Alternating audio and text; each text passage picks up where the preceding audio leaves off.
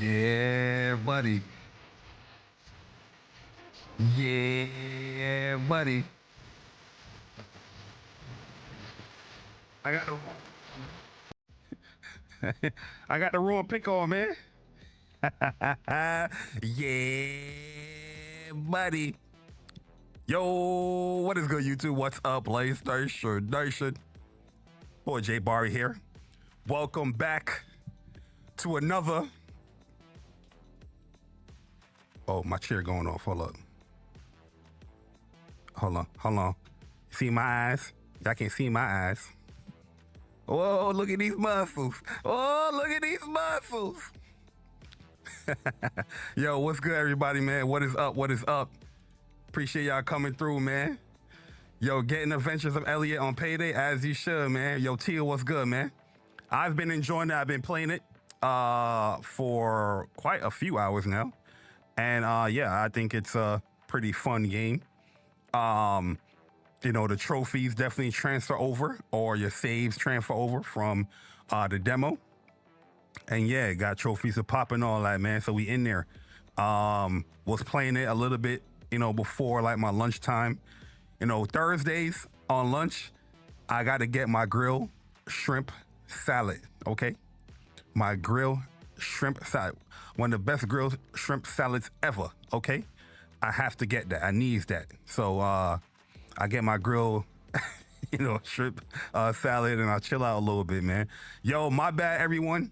I was supposed to do this show yesterday, like I do the JayBari show, but you know, I had a birthday event to attend. You know, it was kind of last minute.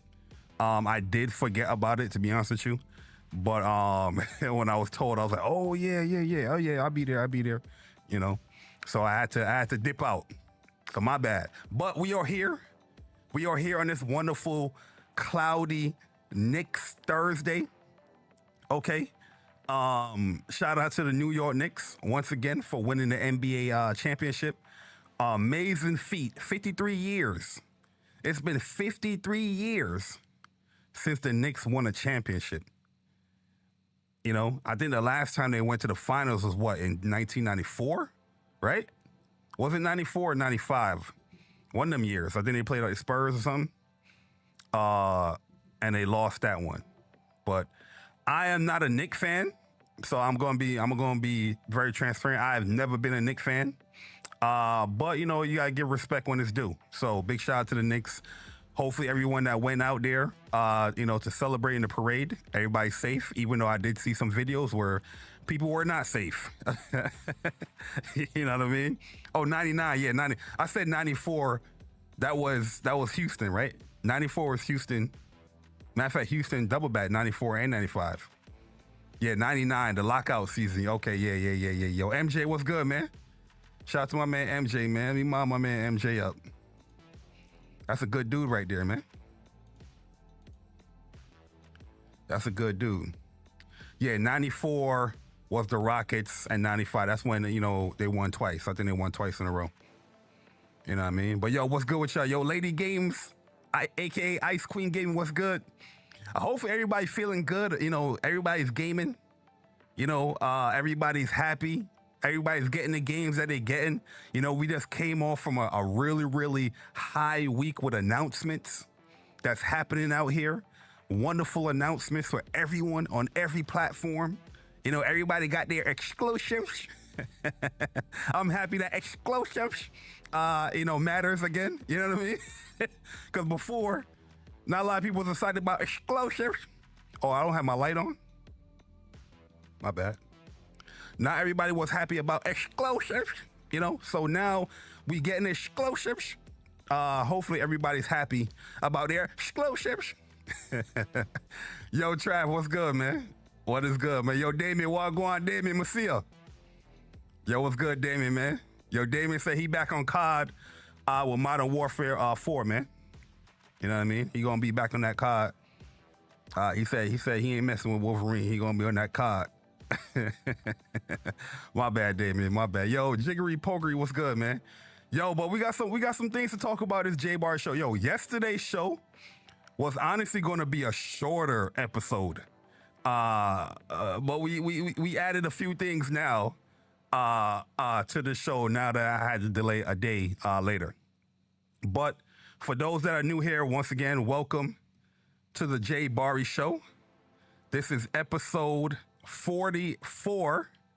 You know, once again, just to let everybody know, the JayBari show got rebranded, okay? You know, if you really been keeping track since like 2016, we should be like almost 200 episodes in this month, or probably like 150. I'll say 150. Let me relax. Matter of fact, no, 200, because the JayBari show We Gon' Speak came from the JayBari show. You know, if I kept it as the JayBari show, yeah, we'd have been like at 200. You know what I mean? Yo, GTA 6 pre-orders is going up next week for GTA 6. Okay, I know a lot of people is excited about that. I am not excited about it because the only reason why I'm showing excitement because I am a grifter.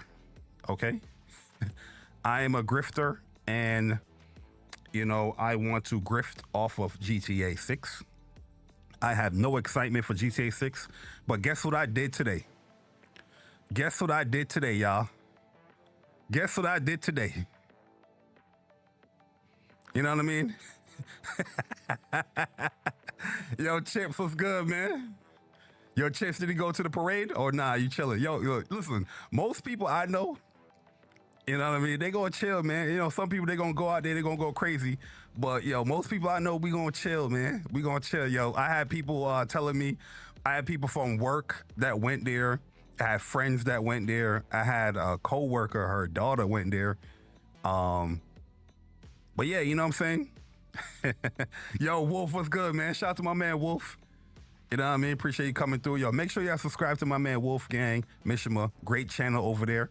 You know, he's doing his podcasting as well on Wednesdays. So make sure y'all check out Wolf and his podcast, The Gaming Hour. Really, really cool. Wolf got great production. In fact, you know, a lot of great production on Wolf's YouTube channel as well. So if you're not subscribed, make sure you click that link.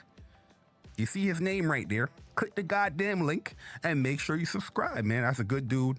And it's gaming content. Look at that. Imagine that. You imagine that, right?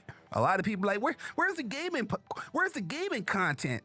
Where's the gaming content? Does anybody play games anymore? 1, 2, 3. Does anybody play games anymore? Don't you see JayBari knocking on the door? I don't, you know what I mean?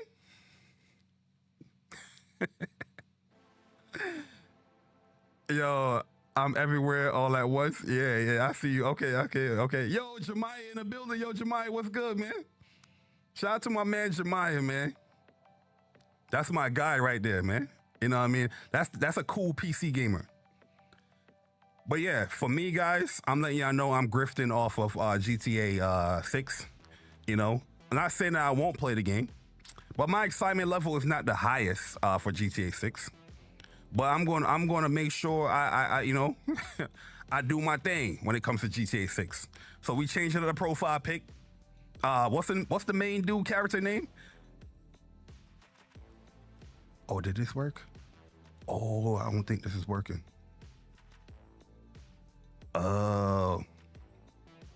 I have to change that channel. Yo, Cop Sandy, man, I appreciate you. I'll do it for you. I'll do it for you.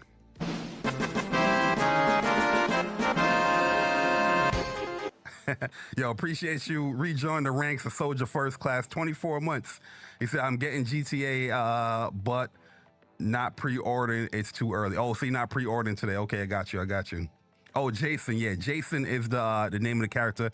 It's not Jason no more. Okay, it's Bari's son. That's the name of the character, Bari's son, and homegirl. Okay. Yo, somebody was like, yo, Bari, I'm surprised you didn't put Tifa in there. I was like, yo, that's a good idea. You know what I mean? We might have to update the profile pic very soon. But no, I think a lot of people is excited for GTA 6. Obviously, the news came that a pre-order is going to start next week. I think Strauss Zelnick, he been saying that, you know, things are going to ramp up in the summer. Nobody believed them. You know, people was trying to do their own little rumors here and there. But hey, listen to the man, okay? Listen to the man. Yo, Wolfgang, yo, I don't know why the sound is not going on, but anyways, here you go.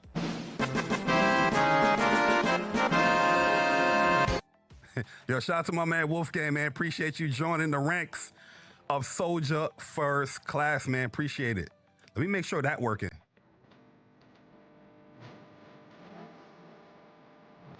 Okay, it's working. Yo, is ducking working? I know there was an update for the wavelength. Hold up. Did y'all just hear that? Am I tripping? Oh. What? Oh, Wolf, you get a platinum too. You get a plat too, Wolf. Yo, hold up, man. Hold up. No, I don't think y'all can hear it. I hear the ducking though. Hold up, is ducking working? Is ducking working? Hold up. I know y'all hear the noise, but y'all don't hear the ducking.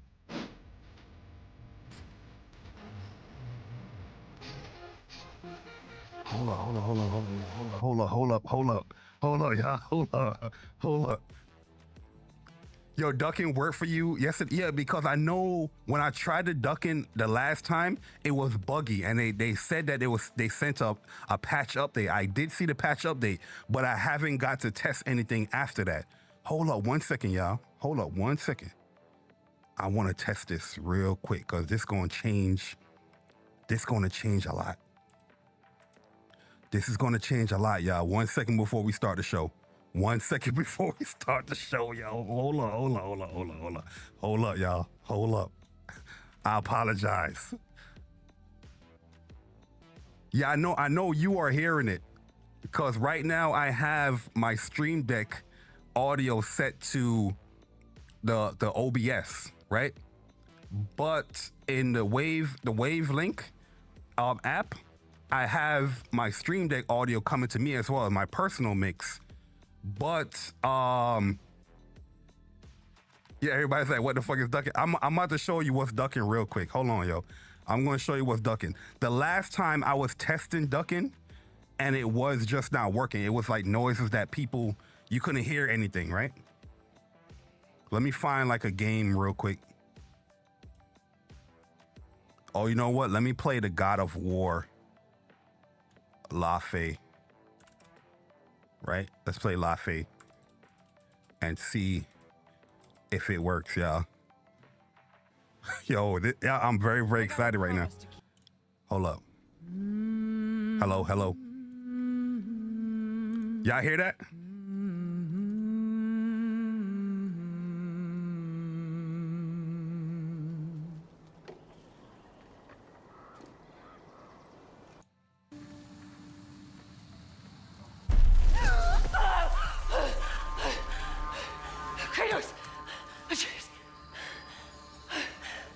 I'm not saying nothing.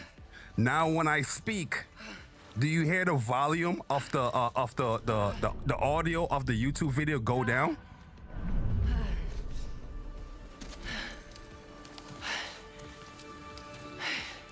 Testing. I am testing ducking right now just to make sure everything is working loud and clear. The audio should lower as I speak. So I want to see. Is working, Wolf? Oh, yes, I am. Yo, listen, y'all don't understand how excited I am. One of the main reasons why I bought this XLR Pro is because of the ducking. Especially when it comes to like game recording or streams. And so y'all don't hear no popping noise no more, right? Because last time it was those pop. I got ducking on medium. I don't want it too low. Oh, yes, yo, I'm very happy about this, bruh. Yo, y'all don't understand, man. Y'all don't understand, yo. I was playing my, I was playing the soundboard. Oh, shit. Yo, I'm excited. Hold on, I'm excited, yo. No cap. Yo, listen. I was waiting for this, and I wanted this to work the last time, cause I got some plans that I want to do and things to bring back. There's one thing I promised last year that I never got to do, and now I have better audio and better mixing stuff to do. I still got to mess around with a few things, cause now my audio for Streamlabs is not coming through, but we'll figure that out. But there's things I want to do, and the ducking feature was a very, very important thing, especially when it comes to reactions and watching videos. I don't have to worry about the audio now if it's too low, if it's too high. You get what I'm saying? Because when I speak, it's gonna go, and when I stop speaking, it's gonna go. Oh shit! Very, very excited. Very, very, very excited, man. Whew. Yo, I'm so excited right now, man. Yo, Bari's so confident he gonna shoot his shot at Shorty. He been ducking for weeks. Well, you know, I've been ducking her since last year. Packed her up. She gotta go. But but yeah, man. Yeah. So yesterday, I just couldn't do the show yesterday because, like I said, it's quite a few birthdays from people that I know, and I had to head out real quick. But like I said, welcome to episode 44 of the JayBari show. It's going to be a quite interesting one. Like I said, I was mainly going to focus on like one or two things yesterday, but we might adjust it. Matter of fact, we're not going to we're adjusting that today. But yeah, big shout out to everybody that's excited for GTA 6. Hopefully you get to pre-order.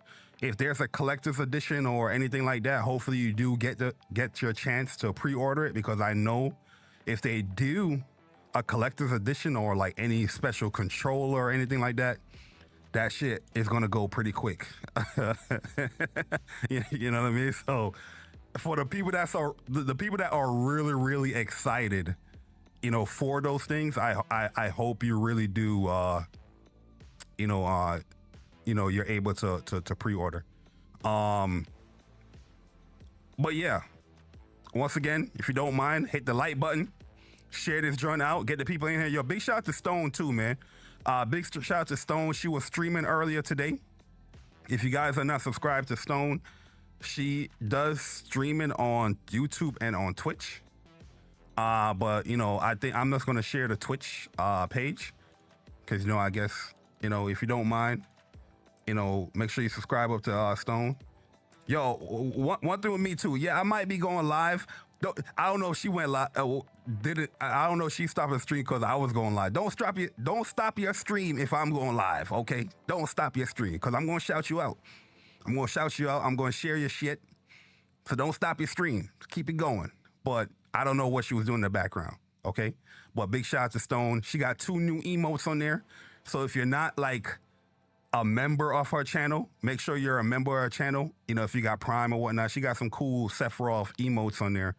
I think you guys will enjoy that very much. And like I said, my man Wolfgang, let me go to Wolfgang channel. Yo, one thing I love about Wolfgang channel, man, his production value, like I said, that joint is very, very high. Wolf is almost at 1,000 too. So make sure y'all subscribe to my man Wolfgang Mishima. Cool dude. And he's always doing gaming content. What's it got to do with Stone? Yeah. What's it got to do with her? Throwback. Yeah. I know she's not live now. I was watching her live stream, but she said, yo, I got to go. I hope it wasn't because I went live, or, you still got to do what you got to do, even though, people, go live and all that. His name is now Platinum Hunter now. Yo, listen, we're going to talk about the platinum stuff, man. So let's get into the show. Let's get into the first topic of the JayBari show, and it is talking about trophies, man. We're going to talk about it. And, this topic right here is going to be a speak from the heart topic, okay? we going to speak from the heart. So the reason why I'm bringing this up, because somebody very a prominent YouTuber in here for years upon years, Hard 8 times. I'm pretty cool, Hard 8. I don't have no issues with Hard 8, and even with his tweet, I don't have an issue, or his stance. I don't have an issue with what he's doing, right? So he recently blocked me on Twitter, because he has a stance that if you private your trophies,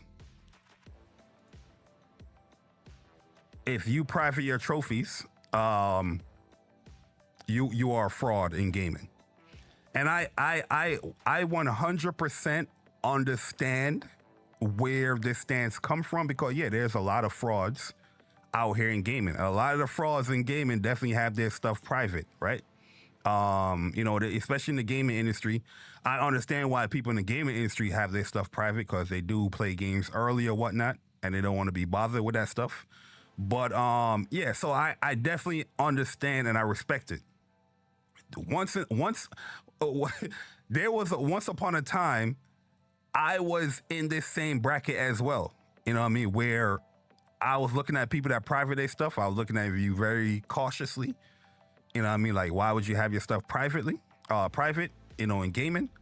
But of recent years, I started like privating my trophies all over, right?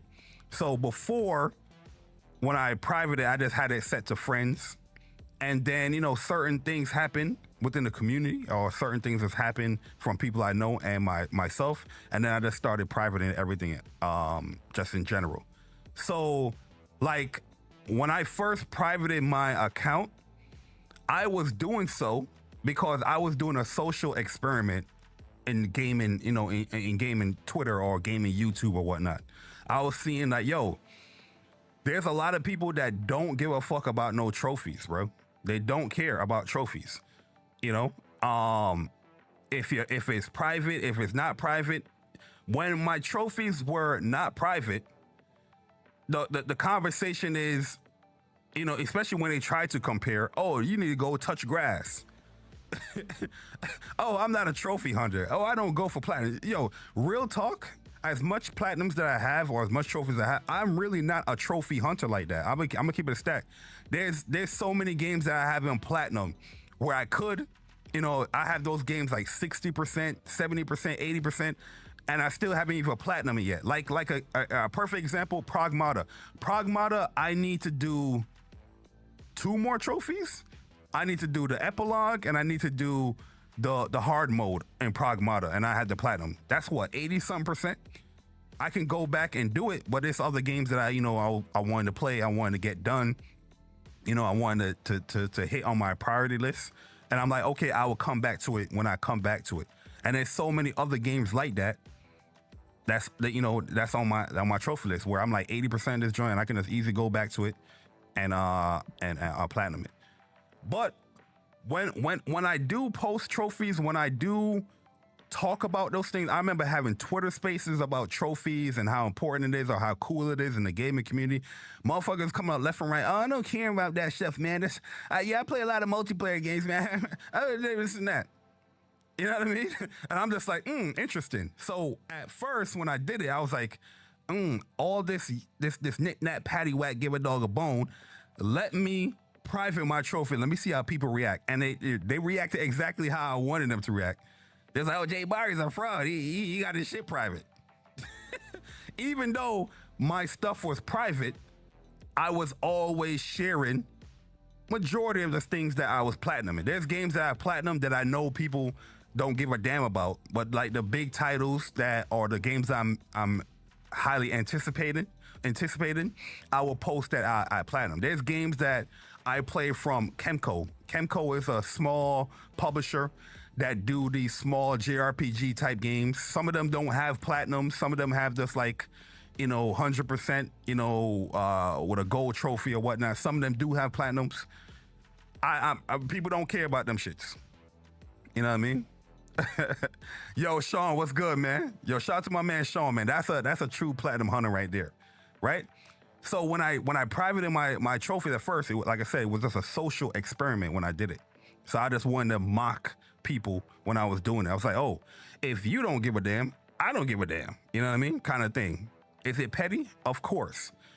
Over the time period, 2 years ago is when I fully privated my trophies to anything, because like I said, I got banned from PlayStation, and I was banned for like a week. I didn't know the reason why I was banned. Yo, Jenna, what's up? Anonymous, what's good? Yo, Johnny Gaming, what's good? I didn't know the reason why I was banned from PlayStation. But the only thing that came to my mind was I was playing Grand Blue Fantasy versus Ryzen, and I finished playing somebody, and this person messaged me, and I was like, this person's going back. We was going back and forth, cursing and whatnot, talking about you trash, whatever. Couple of hours later, I was banned from there. And when I was banned, I didn't have access to it was like a ban. I didn't have access, to my game. My games are all digital. So in my mind, I was thinking about a few things. I was like, oh, damn. I get banned because I went back and forth with this dude. You know what I mean? And then other things went to my mind was like, there's a situation with Sick Humor where Sick, he was posting a picture or he was sharing a picture. He shared it to Twitter. When you share your stuff on PlayStation, it goes to your shared like tab, right? So anybody that's on your friends or people within PSN, they can go and see what you shared, like that little share tab thing. And somebody reported that share tab on him, and he was banned. So those things came to my mind. So I was like, yo, I am 100% digital. I am not risking my trophies to prove to anybody that I play games, when clearly you can go on my YouTube channel, you can go on Twitter and see the shit that I'm playing. You know what I mean? If somebody really want to request my trophy list or see if I played a game or beat a game, you can clearly see that shit on my joint. You know what I'm saying? So I was just like, yo, I'm not giving nobody any type of day, nothing, when it comes to just my PSN in general. I privated a lot of things, friends, whatever. I don't even think people can message me unless I think you're my friend on because of that interaction and why I was banned. I wasn't banned necessarily for that reason. You know, I learned what the ban was, and it ended up getting fixed. It was something to do with my bank, and my bank saw a duplicate purchase, and they took the purchase. They took one of the purchases away because they thought it was like the same game or something. And PlayStation saw that, and it was like no backdraft, kind of whatever thing they said it was. And I ended up getting banned for the week, or it was like a week and a half. But that was the worst shit ever, because I have all this gigabytes of games, and like majority of shit I couldn't even access. You know what I mean? That's banned on my place. All that money just wasted. So I'm not risking or having to prove to anyone, when clearly if you want to see if I'm gaming, you will see it. You know what I mean? You know, I share my trophies a lot on here anyway. You know, maybe maybe now when it comes to the whole social engineering hack, I do it a little bit delayed. Like James Bond, 007. I didn't even share our platinum that joint, because I'm just like, yo, I'm not trying to give nobody any reason to be like, yo, this person did this and here, this and that. I'm not trying to give nobody shit. You know what I mean? I'm not trying to give no reason to nothing. So at the end of the day, I said, in my mind, I value my library. I value my PlayStation account before I have to prove to any of these people. Because, you know, the funny thing about people that, you know, they try to come at you with trophies, they're not even on the level that I'm on. And when I show the level that I'm on, then it's, oh, I don't care. Oh, I don't chase plats. I don't trophy. I play multiplayer. Oh, I got a life. I got this. I touch grass. I've seen these conversations so much. I've been in these conversations so much. When it's time to talk about the trophies, it's like, yo, you try to compare to me. And when I do show it, it's now you don't care. So if you don't care, why you gotta be public? Or, you know what I'm saying? At the end of the day, keep on your merry way. Or the people that is in your bracket of trophies, keep to that, because you're definitely not on the level. You know what I mean? It's crazy. So on the tweet, I was like, I'm not mad. I respect it, because yeah, I really do respect it, because like I said, I've been here, I've been done this. You know, years ago, I was definitely on some trophy checking type joint, especially when it came to gaming conversations. You know what I mean?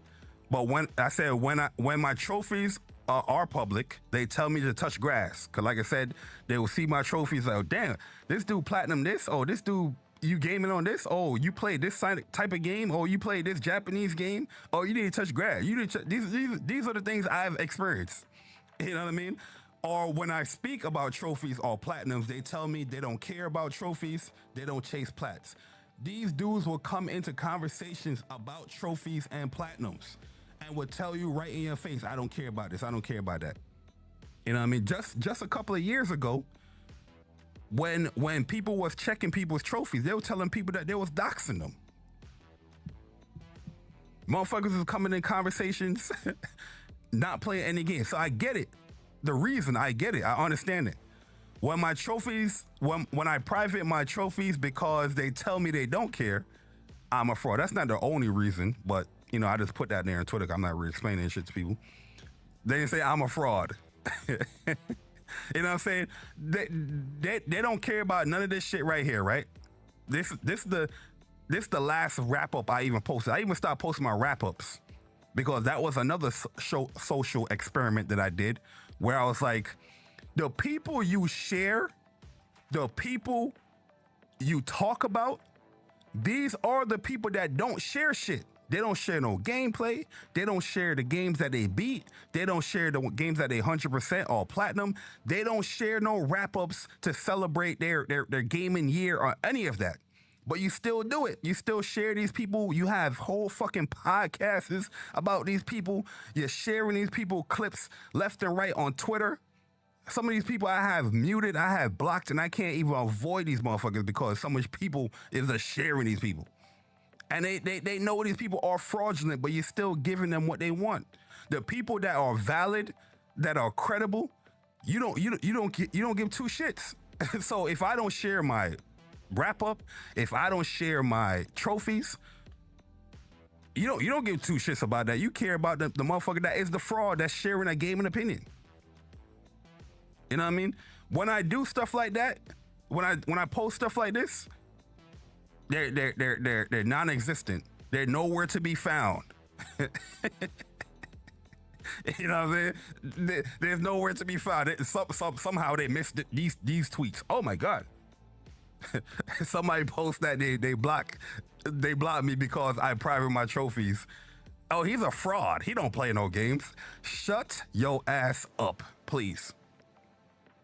Some of these people that I seen comment on Hard Day post right here, I'm looking at these people. I'm looking at their profile. I'm like, you don't have no gameplay. They have their PSN. I'm like, yo, there's no way you should be trophy checking on nobody. You barely have 200 trophies. You barely have 1,000 trophies. Who the fuck are you checking on to see who's gaming? Because obviously it's not you. You know what I'm saying? These are like, yeah, JayBari's a fraud. Motherfucker, you have less than 1,000 trophies on a PlayStation account from 2009. The fuck are we doing? The audacity. Try to fix your lip, tell me I'm a fraud. You're craziness, yo. You know what I mean? But like I said, I understand the sentiment. I understand it. And I told you, I said I respect it. It is what it is. I'm not even upset. I'm just further explaining whether you guys agree on the reasons why I private it or not. That's my reason. You know what I mean? I'm not proving shit. I have my account. I'm happy I can play my Adventures of Elliot freely.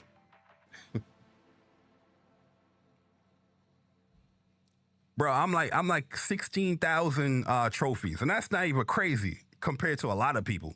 That's not even crazy. These motherfuckers like at 900 trophies trying to tell people about gaming. Sit your ass down, please. The fuck is going on? Yo.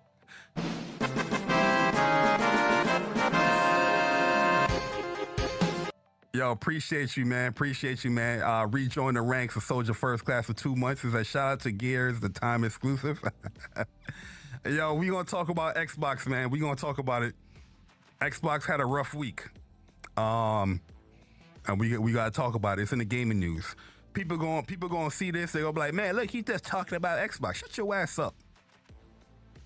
Talk about whatever the fuck I want to talk about. You don't run shit here. I'm like, yeah, he talking about, hey, meanwhile, their channel, the bot of all bots, they're talking about PlayStation. Shut your ass up, please.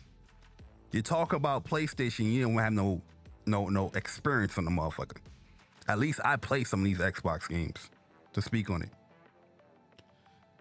Yo, it's your free will, Bari. You ain't gotta explain shit to us. Nah, I'm just saying, like, I probably already explained this to a lot of people that, you know, check out the channel or even on WUPS. But even on WUPS, we talk about it. WUPS, we share the games that we play, we beat, we platinum. We were sharing wrap-ups every year. Motherfuckers are still calling a fraud. I would share my wrap-ups publicly. Video form, screenshots, you know, everything. Hours played, they will still say I'm a fraud. I don't play no games. It don't matter. It don't matter. At the end of the day, it's like, why you hiding your trophies? You know these guys are sensitive. No, I mean it's a longer story than that. You know what I mean? At the end of the day, like I said, I do think trophy checking is important. I do think it's important to share your achievements, your platinums. I think it's important. That's part of the gaming community. But the more you do so, or the more platinums and stuff that you get, watch you see how those conversations change with these so-called gamers. They're gonna find every excuse in the world that they're not beating a game, they're not playing a game, they don't trophy hunt. You know what I mean? And like I said, when you do share the stuff, they still call you a fraud. Ain't nothing changed. Ain't nothing changed. Ain't nothing changed, bro. Motherfuckers can post their whole wrap up. They can post their whole trophy list, video format. You can post a whole trophy guide, game guide, platinum guide. They'll still be like, yo, you're a fraud. This motherfucker a fraud. It's all good. He a fraud. You know what I'm saying? They be like, yo, he don't play no games. He don't play no games. You know what I'm saying? Like, yo, I'm not trying to be compared to everybody in this gaming community because they don't play the games like how I play games. You know, a lot of people are very surface level gamers. These are the motherfuckers out here trying to talk about combat in a video game when they pressing 2 buttons. Huh? These are the motherfuckers talking about difficulty in a video game and they playing on easy. Huh?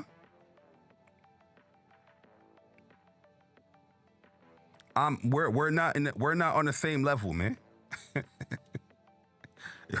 we're not on the same level, yo. Respectfully. There's whole guides on here that have helped people platinum games in this motherfucker. Difficulty games, boss guides on how to beat certain bosses that I have all on my channel.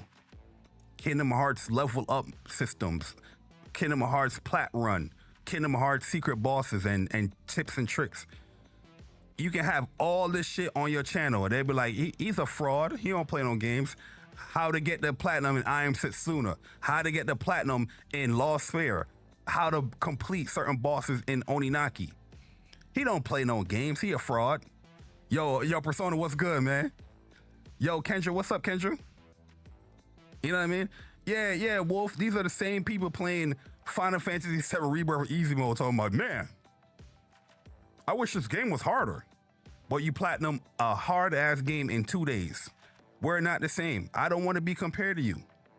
I don't have nothing to prove to anybody in this gaming community. Trust me. I have nothing to prove to anybody in this gaming community. If you want to block me because my trophies is private, even though I post gameplay, even though I post platinums, even though I post guides, even though I post whatever, hey, I don't give 2 shits, man. Really and truly. I actually, honestly, really and truly, I mean, I really respect this opinion. I respect it. Because there's a lot of frauds out here in gaming. Yo, Mass Producer's good, man. Congrats to the Knicks. That's what I'm saying. Like, they were like, yo, touch grass. How many times? I don't know if you guys be in the Twitter spaces like that. If y'all in the Twitter spaces, if you network around there and you pop in here and there. Yo, before, when we was bringing up trophies and shit, motherfuckers like, yo, I got a 9 to 5. So I don't have a 9 to 5. Yo, I gotta put gas in my car, so I don't gotta put gas in my car. Yo, I gotta go to the movies to see this movie, so I don't go to see a movie. This shit crazy, bro. That's what they used to say, bro. They don't give a fuck. And when you put out that energy, you don't give a fuck. You know what? You don't give a fuck. Why do you care if it's private? You don't give a fuck. When it's not private, they're gonna be like, oh shit. What? 200 and what? What? 16,000 what?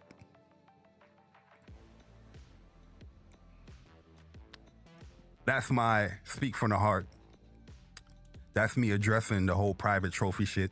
At the end of the day, if you are upset, I really don't give two shits. I have nothing to prove to these niggas. Yo, so let me speak. I have nothing to prove to these motherfuckers. Trust me. I have nothing to prove to you motherfuckers. You 900 trophies, 200 trophy motherfuckers. Sit your ass down. You should be the last person trying to compare to anybody. You know what I'm saying? You should be the last person to be trying to compare to anybody out here. Let me speak. Yo, I got ducking to work, y'all. If y'all didn't know, I got ducking to finally work, man. Ducking is working, yo. And I'm very, very excited. I'm very, very happy. You know? I don't think I'm going to do it again, but I'm very, very excited. Yo, Dre, what going, man? Yo, shout out to my man, Dre, man. His birthday is coming up. I think, Dre, your birthday is what, the 22nd or the 23rd? No, I think it's the 22nd or something like that. But shout out to my man, Dre. His birthday coming up very, very soon. June, boy. Yo, El Nini, what's good, man? Yo, Hero Down Under, what's good, man? Yo, Wild Wolf, what's up? What's good, man? Kenshiro's Secret Stash, what's good, man? Yo, Kieran, what's up, man? That's some weird energy to have. Yo, listen, I like I said, I don't mind the opinion that somebody has when if they care about trophies, and if people are private in trophies, and you think they're fraudulent, hey, listen, I respect that. You know, I respect that. I don't mind the opinion. I'm more so checking the people that's in the comments of this tweet. You know what I mean? Hard 8 knows me. Hard 8 knows that I play a lot of games. Hard 8 knows I complete a lot of games. The first time I was on Weapon Wheel, he did a live trophy check on me. The first time I went on Weapon Wheel. Go check. He said, "Yo, do you play games, JayBari?" I say, "Yeah, my PlayStation is Bari baby." He checked the joint. He said, "Oh, all right," and just kept it moving. You know what I'm saying? That's way back years ago. So if you're like, "Oh, I know his joint was lower than mine back then." So if you like, "Oh, what do you think I'm doing now?" Huh? This shit crazy, man. I'm talking about the people that don't know, that, you know, the people that was just follow along, you know, thinking people is fraudulent out here. Even games that I've have platinum that are easy, I've told people like, "Yo, this is an easy plat." You know what I mean? You know how many games I just bought off the PlayStation Store where I'm like, "Oh, this is cool." One thing I love, Persona will tell you, I love my bullet hell type games, especially them old school, you know, ship games, like bullet hell type games. I love those type of games. There's many of those games that's on there. Some of those games, very, very difficult. Some of them are easy as hell. I don't know how the fuck can I know a game is going to be an easy plat or not. But I would just buy those games. And I already gave another example, the Kemco RPGs. You know, they're short story RPGs, old school type RPGs. I'll play those games to my heart's content. You know what I mean? But yeah, you know what I mean? Yeah, I saw someone posted a screenshot of Hard 8 having a Steam account privated. I don't know if I don't think that's legit. Yeah, I don't think that's legit. I don't think Hard 8 has a Steam privated. Yeah, that Kingdom Hearts looking fire? Absolutely, man. Absolutely. You know the vibes. But yeah, man, that's my checking the whole, you know, privated trophies thing. At the end of the day, like I said, I respect the opinion. I actually respect the stance that you're blocking people because you have their stuff privated. Yo, JayBari, give me a bullet hell recommendation. Having Soros withdrawals already. Yeah, I'll go through my trophies and give it to you. You on Twitter? I forgot some of the names of them because they got some weird names, but some of them are like the old school, you know, like spaceship type games on there. There's like a bullet hell like magic game that I played too. I didn't even know that shit was like an easy game. I just bought it because I was like, oh, I saw a whole bunch of projectiles on the screenshot. I bought the joint. You know what I mean? I was like, oh shit, I platinumed this game in like 30 minutes. You know what I mean? But yeah, let's move it along, man. Let's move it along. Because we gotta talk about my man Nashino. Okay? Nashino out here putting in the checks and balances. And yo, at the end of the day, this is going to be a very fun topic for me to talk about, because ain't nothing changed on my opinions when I spoke about this years ago. Go back to Whoops, go back to the JayBari shows, go back when PlayStation was doing this whole PC shit. What I was always saying, it's gonna devalue the brand. It's gonna devalue the console. You're taking people away from the console. Huh? When you put your games on a different platform, the person that buys that game on a different platform, they're not shopping in PlayStation Network. They're not shopping on the PlayStation Store. They're not subscribing to PlayStation Plus. Huh? You're taking away potential sales. Okay? Can you get money from, you know, people buying the game? Sure. But these PC motherfuckers won't buy the game. They have a hate towards PlayStation games. That's just what it is. Take them shits off. From 2020 to 2026, I've been telling people when it came to these PlayStation or Sony quarterly earnings, fiscal year reports, that PC is a minuscule part of their reports. They don't even put that shit, they don't even acknowledge it. I think they acknowledged it one time, and that was after like I think it was a 2025 or something like that, where they spoke about PC. Still, it was like, we don't give, this shit don't do nothing for us. Huh? Let's go to my man Nashino real quick, man.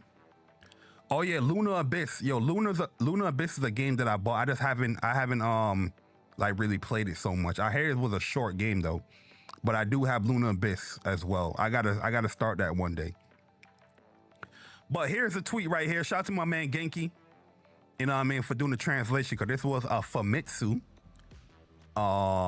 interview with Nashino. It said PlayStation CEO Hidekiya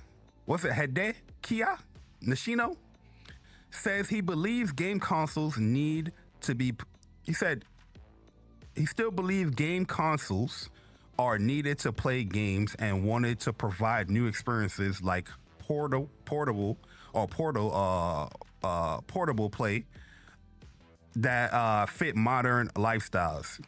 My belief is that the game consoles is necessary for playing games remains unchanged. I think we can create something interesting by utilizing technologies that can be used in various forms and locations to develop new game console experiences. Example, the PlayStation is strongly associated with playing on the TV in the living room. We developed the PlayStation Portal to enable comfortable gameplay in other locations as well. We want to constantly take on new challenges so we can provide gaming experiences to fit diverse lifestyles. So I brought this picture up right here due to the fact that, you know, with the PlayStation 6, there was heavily rumored that they are going to be doing like a handheld. The Portal is a great device. I love the PlayStation Portal. I think the Portal is very smooth. It runs very smooth, especially when you're in the household, right? It can get a little bit choppy when you're outside the household, depending on the internet or depending on the low hotspot that you're using from your phone. But it still works and still connects to your device. I love the fact that they added a whole streaming straight from the Portal with a PlayStation Plus Premium.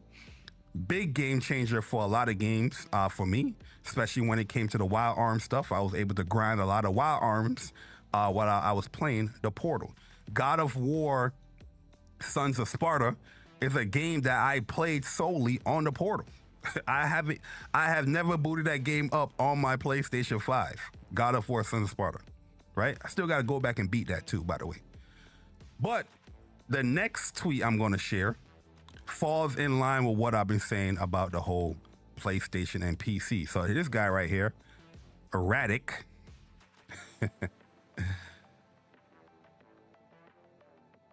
this falls in line with what Jason Schreier was reporting when it came to PlayStation moving away from PC when it comes to their first party single player games. So PlayStation CEO Hideki Nishino, our current main policy is that for single player games developed in-house, we will further refine the value of the gaming experience that PlayStation can offer. At the same time, we believe it is important for live service games to reach a wider audience through online multiplayer. We continue to view releases on PlayStation 5 and PC as the standard, right? Before we tackle the live service thing, because this makes more common sense to do that, especially if they want to grow an audience. Me personally, I'm gonna give my opinion on the live service things later on, but let's tackle this first part right here, because it's funny to see that when this was being reported, Jamai said PlayStation. He said Sony dudes stopped buying games, so Sony had to go look for the revenue on PC. Well, no, that's not true at all. Every year from 2020 to up and down, they've been reporting record-breaking or milestone revenues, especially that year that they did go and announce PC, that 2020 year. Cause I remember doing live streams about that and how the live service trend is going to pick up.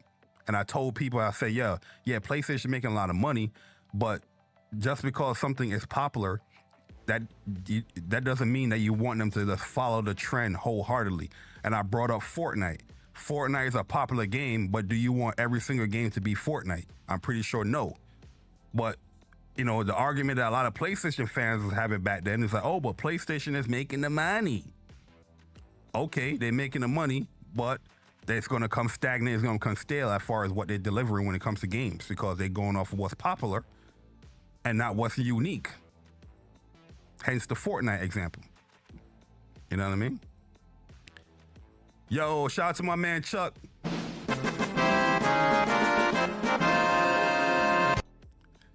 Yo, he said, yo, I appreciate the 32 months of being a Soldier First Class member. He said Tifa won't save you from being trash at Street Fighter 6.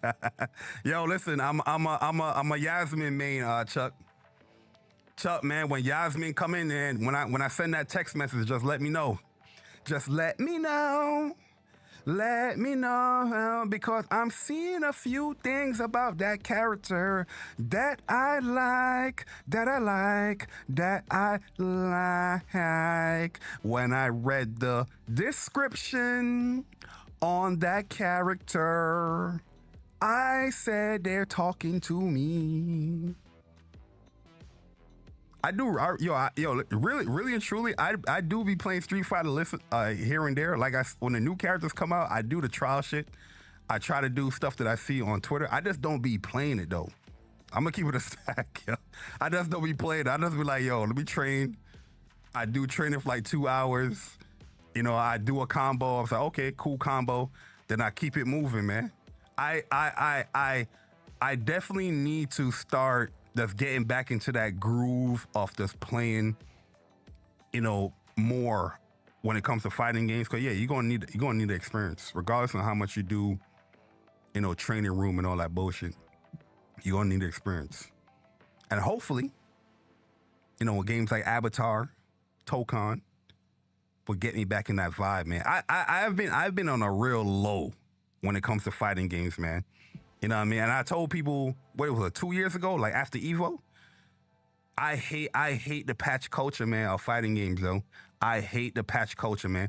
Yo, you can lab and train so much. And I get it. You got to adapt. Yeah, you got to do that, all that shit. But, yo, legit, they be patching these characters so much that the trials is changing, bruh. I'm like, yo, you can't even do this trial combo no more. This is an older version of the game because you changed this character up. This is what people's practicing. This is what people's labbing up. And that shit pissed me off, man. I just stopped playing. You know what I mean? Well, sometimes when like Dre hit me up, I'm like, all right, I'll play. But I really wasn't playing like that. I was like, y'all fuck this shit, bro. You know, I'd be too much patch shit, man. Patch. And I get it. We're in the patch culture. It's my fault. I know it's my fault. But that shit be pissing me off, man. Real talk. But yo, I think she looks good though, yo. Real talk. I think she looks good, man. I think the later characters in Street Fighter, they're looking a lot more anime type characters, in my opinion. And this one looking really, really good. I don't know if that's a normal or that's a special, that little jump, little forward, skip neutral type move that she does. I like moves like that. I like her fireball move. I like prolonged, long, take up the screen fireballs. Pause. You know, if I do play a character that has a fireball, it's typically a fireball like that that's slow moving, or they take up a lot of screen real estate. You know what I mean, to keep somebody like looking at something else while you try to do your little mix-ups. So we'll see. She definitely looks good. But I just don't know. I gotta get that mojo, that groove. That's to play the game, to see if I can even be like even decent at the game. You know what I mean? But we'll see. But yeah, man. Oh yeah, back to Nishino. So he's saying our current main policy is that single player games developed in-house will further refine the value of the gaming experience that PlayStation can offer. One of the biggest things I always mentioned when it came to going to another platform is, yeah, you're devaluing your brand, you're devaluing your platform, taking people away from your platform to play on another platform where you're just going to get a single amount of money. While if somebody was buying games on your platform, there's so many different avenues of revenue you're going to get from the game, from microtransaction, from other store purchases, you know, things like that, from subscriptions that's on your platform. You know what I mean? When I mention these things to people, they seem to like not understand that concept. But here, Nishino had to further explain that, yeah, they want to refine the value of the gaming experience that PlayStation can offer. You know what I mean? At the end of the day, as petty as it can sound, where you're like, oh, I bought a PlayStation 5 for all these features, and then 2 years later, all these features is on a different platform. That's not a good look, in my opinion. You know what I mean? As something small like that, like the DualSense, a unique experience within gaming. Obviously, there's other platforms that have, you know, vibration and have things, but the DualSense is pretty unique as we see it. And if you put that experience on other platforms, it's not going to be unique to your platform, your console anymore. You know what I mean? Why do people have to go and buy into your platform, your console, if they can experience those things you deemed as unique, as cool when you first promoted the console, when it can be done on another platform? That's not your console. So yeah, in my eyes, I always looked at it as something that I played on. Majority of my time is on PlayStation. Yeah, I want the best for PlayStation. I want business booming on PlayStation. You know what I mean? The better things go for PlayStation, the better my experience can be. Potentially. Cause you know, this fucking generation is crazy. It's weird. You know what I mean? So that was always my mindset when it came to these things. A lot of people that had different opinions, cool, respectfully, had different opinions, but a majority of these people don't play on PlayStation. They don't want to play on the PlayStation. You know, here you have this brand that's trying to sell a product, but you have experiences that is not tied to the product. You know? So yeah, I understand. And I've been saying it for the long. My stance haven't changed. Yo, Truffle Tycoon, what's good, man? My stance has never changed when it came to the stuff that, yeah, it's going to devalue the brand. It's going to devalue the platform. You know, putting your games, your tentpole games on other platforms. You know what I mean? And all the examples that people be bringing up, but yo, PlayStation's gonna get more money. You're gonna get more games. What happened? Where y'all at? We didn't see more games. Well, it's definitely not getting more money, especially when on PC. You know what I'm saying? It's a weird generation with price increase and subscription increase and hardware increase. You know, the console gamer isn't benefiting from PC moves. It wasn't benefiting. I just wait for the final version if I want to play it. Yo, Sinister V, what's good, man? Yo, Amon Ra, what's good, bro? Hit the like button. Yeah, hit the like button, y'all. Hit the goddamn like button. You know? Yo, what's good? Yo, Glenn, what's up, man? Xbox has a sandwich strategy, bad rumors, a good showing, bad news. Yeah, we gonna definitely talk about Xbox soon, Glenn. Yo, Mr. Flash, what's good, man? He said they know except when it comes to Nintendo and Steam have exclusive, but play dumb when PlayStation wants exclusive. Just a bunch of disingenuous haters. Yeah. Yo, Kendra, what's good, Kendra? Yo, real kid, real Vic kid, what's good, man? Appreciate you coming through. But yeah, at the end of the day, I don't understand how people didn't really understand that concept. Obviously, if you don't play on PlayStation and you buy like, you know, a pretty nice rig or PC, yeah, you're gonna want the games to go there. You know, you're gonna save your money rather than buying 3 different, you know, consoles and a PC. But at the end of the day, I feel like if you are in the business of doing, you know, console gaming, if you're going to have your own platform with your own store, yeah, the exclusives are the incentives for people to get into there, where you can get the sale of the game on your platform and the potential sales of other things, like I said, subscription or microtransactions on the store or other games on the store. I don't understand how people, you know, miss that concept. And that's why my man got to refine the value of the gaming experience. Yo, I'm gonna show a tweet that my man Zuby posted as well. This was coming from Jason Schreier.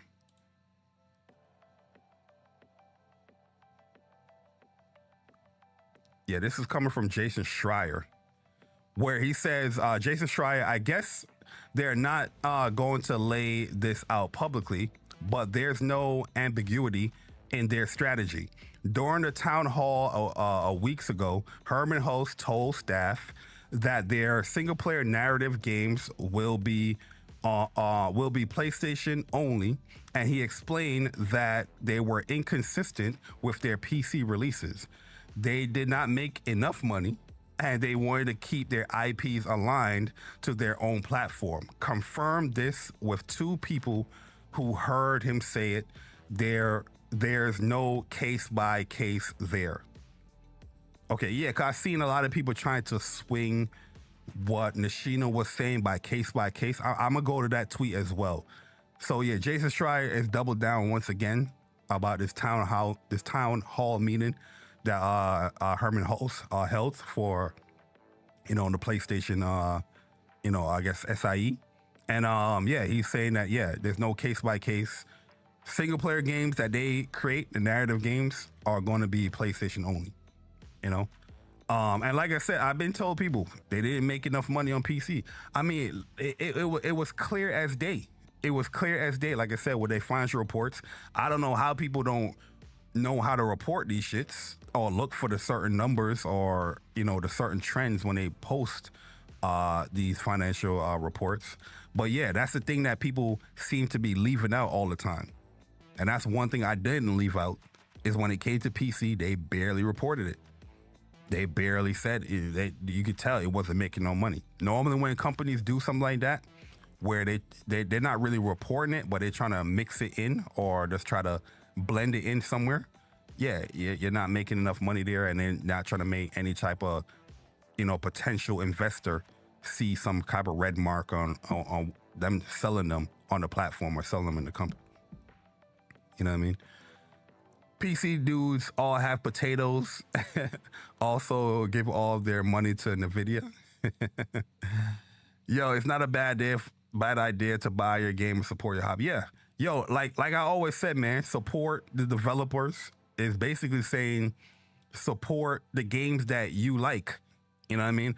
There's so many times I've seen on YouTube, I've seen on like, you know, Twitter, where people would be like, yo, they anticipating this game. This is their favorite developer. They love this game. They love this franchise. And they'd be like, no, I'm not going to buy it. I'm going to wait till it goes in a subscription service. You know what I mean? I'm just like, damn, yeah. I mean, if everybody thought that, yeah, you're not going to really, gaming is not going to really like progress. You know what I mean? It's possible you might not even get a sequel to the game that you want. Developers have came out and told people live on air, the best way to support them, the most optimal way, like I always say, support them, is buying the game. I'm not saying that you have to buy every fucking goddamn game out there. Nobody can buy every goddamn game. But I'm talking specifically to the games that people be claiming that they love, the franchises that they love. I don't know how you could be pouring out all this love for a game, a studio, a developer, and then be like, I ain't buying your shit. You know what I mean? But you all on Twitter like, yo, this is the hypest thing ever. Yo, I can't wait to play this shit. Yo, this is next gen. And they be like, yo, I ain't trying to buy it. That's just weird to me. That's not how I grew up playing games. You know what I mean? That's weird to me. If I love something or I love a series or I love a franchise, I'm buying the shit. Sometimes it's not day one. Sometimes it's later on, but I'm buying the game. You know what I mean? That's just how I roll. You know, I know a lot of people bring up stuff like, oh, but some of these movies are in streaming service. Yo, any movie that I really love, I've bought the movie. If you see my my iTunes movie list, you'll see movies that's in Disney Plus, in Netflix, in there. I don't know when the movies is gonna come out of Disney Plus or Netflix or whatever. God, I buy the shit so I can watch it whenever I want to watch it, not wait till it go into a service. And when it leaves the service, then what? You're gonna transfer your money over to another service? You know what I mean? No, let's buy the shit. No different than music. Everybody's streaming music. My favorite artists in music, I buy their albums. You know what I mean? Nowadays in gaming or whatever, people think that's weird. Like, how is that weird? That you supporting a hobby or you supporting a developer that you like or a game you like? How is that weird? Motherfuckers will call me toxic because I'm buying a game. Pure craziness. Buy your shit. Oh, yeah, let me show the other tweet. My bad. Where's the other tweet at? Is it this one? Oh, yeah, here it is right here. Shout out to my man Zuby Tech. So this statement right here, this is where people are taking and they're trying to spin it to like, oh, it's going to be a game by game basis. So he's saying we're always determining platform selection based on characteristics of each title. If releasing a title on PC will maximize the gaming experience, we'll continue to consider that option. This statement right here, I don't think this has to do with first party titles. This does not have to do with first party titles, the narrative games. This has to do with like your second party games or the games that your partner with, like Akana, the Scar of Cosmora. That is something where it was like, oh yeah, okay, we'll put it on PC day and date. Normally that wasn't happening.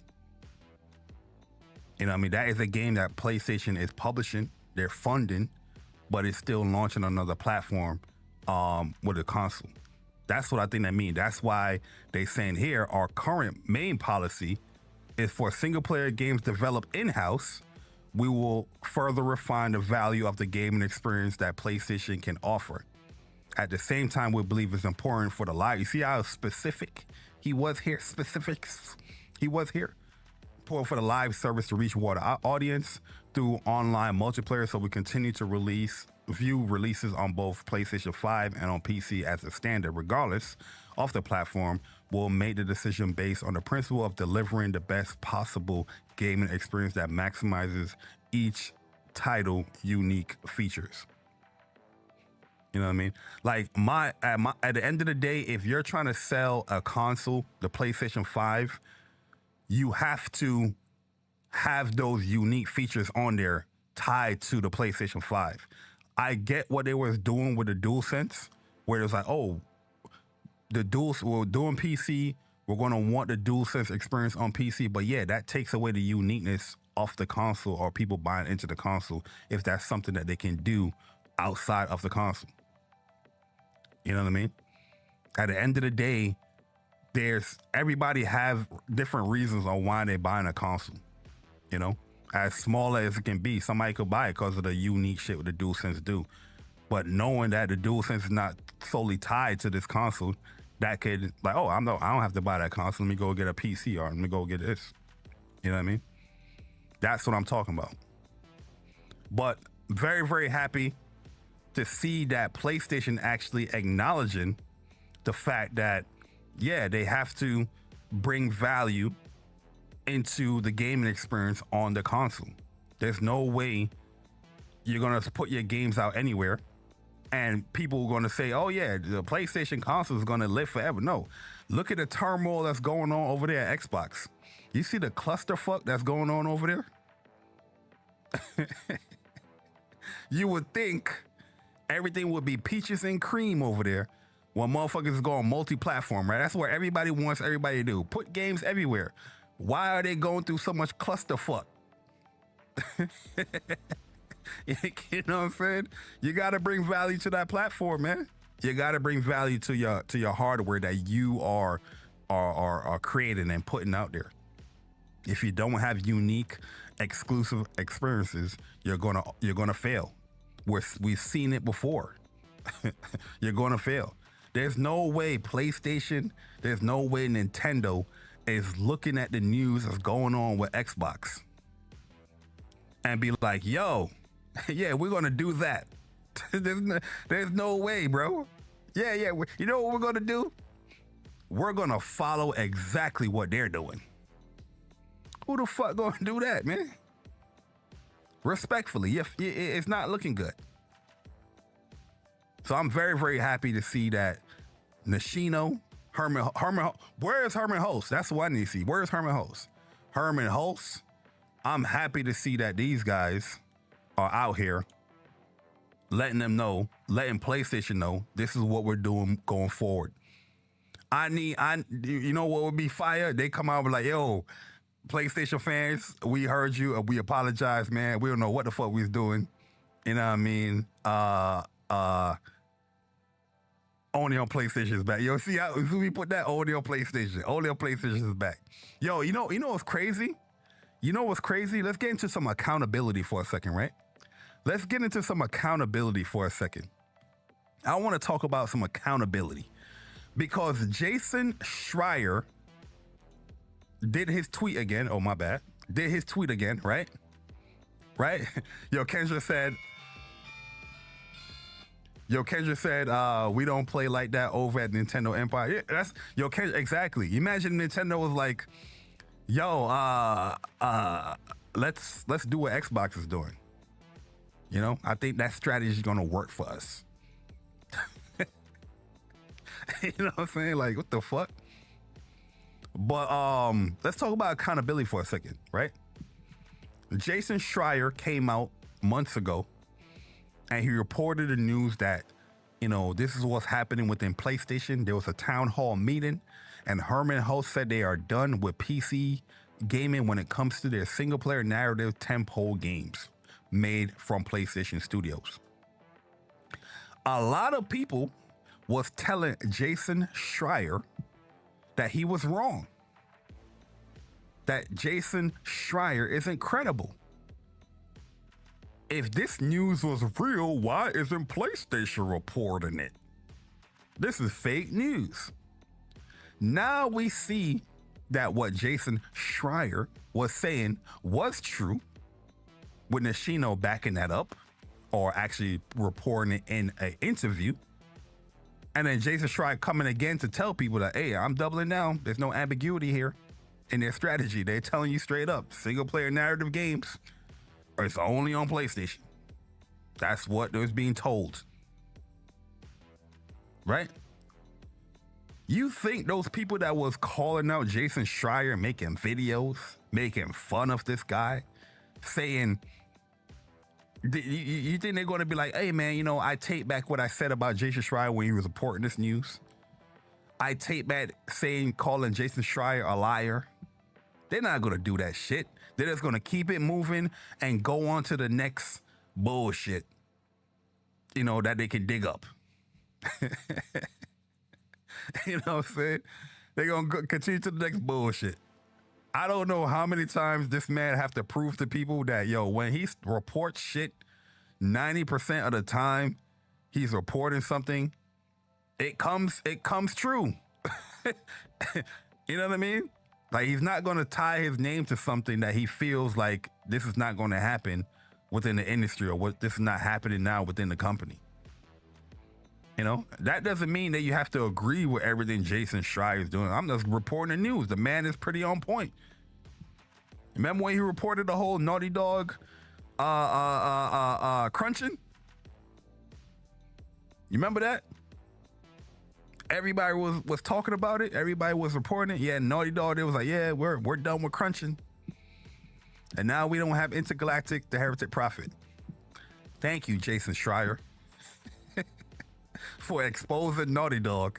Now we gotta wait more years to play their next title for the PlayStation 5. You know what I mean? Yo, shout out to my man Jack Move, man. Yo, Jack Move.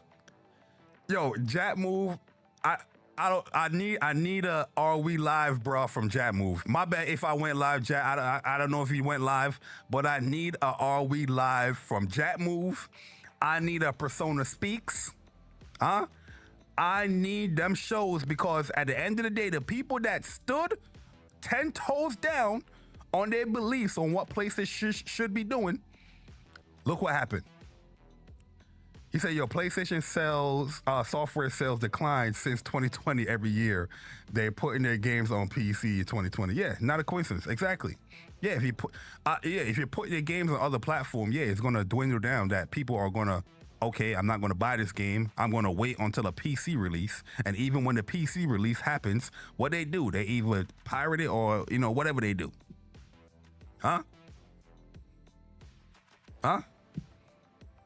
The people that stood 10 toes down on the concrete, he had Xbox dudes, PC dudes, all these dudes on all these podcasts that we can always go back to and screen record and play back the things that was being said as far as devaluing,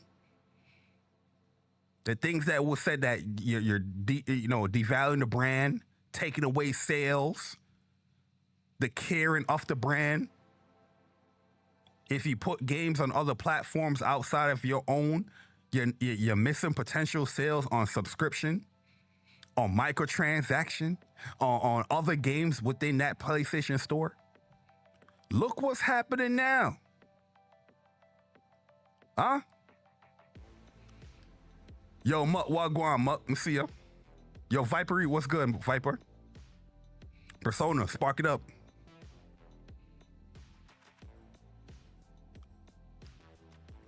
Spark it up. Let your voice be heard. These people need to hear it. Because at the end of the day, a lot of people were wrong. You know what's funny? I don't know how people can be wrong for so long and still trying to say that you're the one that's wrong. You know what I mean? These motherfuckers been just telling lies to their fan base, to their community, about what we do here or what I do here or the things that I say. And they just been wrong, and they still be speaking like they weren't wrong. Like, you can easily prove that you are wrong. There's clips going around, there's tweets going around, there's whole fucking podcast is going around where you was just wrong on your statements and you stood on it. And you told the PlayStation Nation, you told the Pony Commissioner, you told the best lisp on YouTube. Huh? You told Persona when he speaks, he's wrong. And you have the audacity to fix your dirty mouth lip to try to tell us what PlayStation should be doing, to try to tell us that we were wrong. Sit your ass down, please.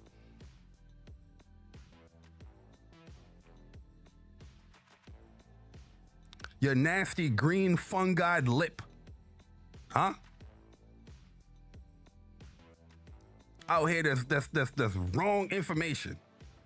That's wrong about everything that you do. And still out here, that's shucking and jiving. What the fuck going on, bro? You know what I mean? And when you have your opinions and you write about your opinion, you're toxic. It's just crazy. I had a motherfucker put up a tweet. What's the tweet, Kendra? You know what I mean? Put up a tweet talking about avoid these PlayStation people. These people are toxic. They don't know what they're speaking about in gaming. But everything right here that I've been saying, that Nishino, Jason Schreier, all this shit, the man said he gotta redefine what he said. Further refine the value of the gaming experience PlayStation can offer. What the fuck going on? Huh? These are the things we said would happen if you start putting your games on other platforms. Huh? And once again, like every show, every podcast I was on back then, I was telling people, yeah, you have that opinion because you don't play on the PlayStation console. You don't give two shits about the PlayStation console. Of course you wouldn't care on what happens to the PlayStation console. Huh? Or someone say you gotta say something?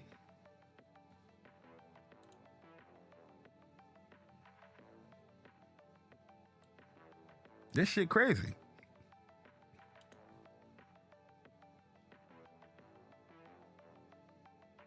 Let me know when you are out there, Persona.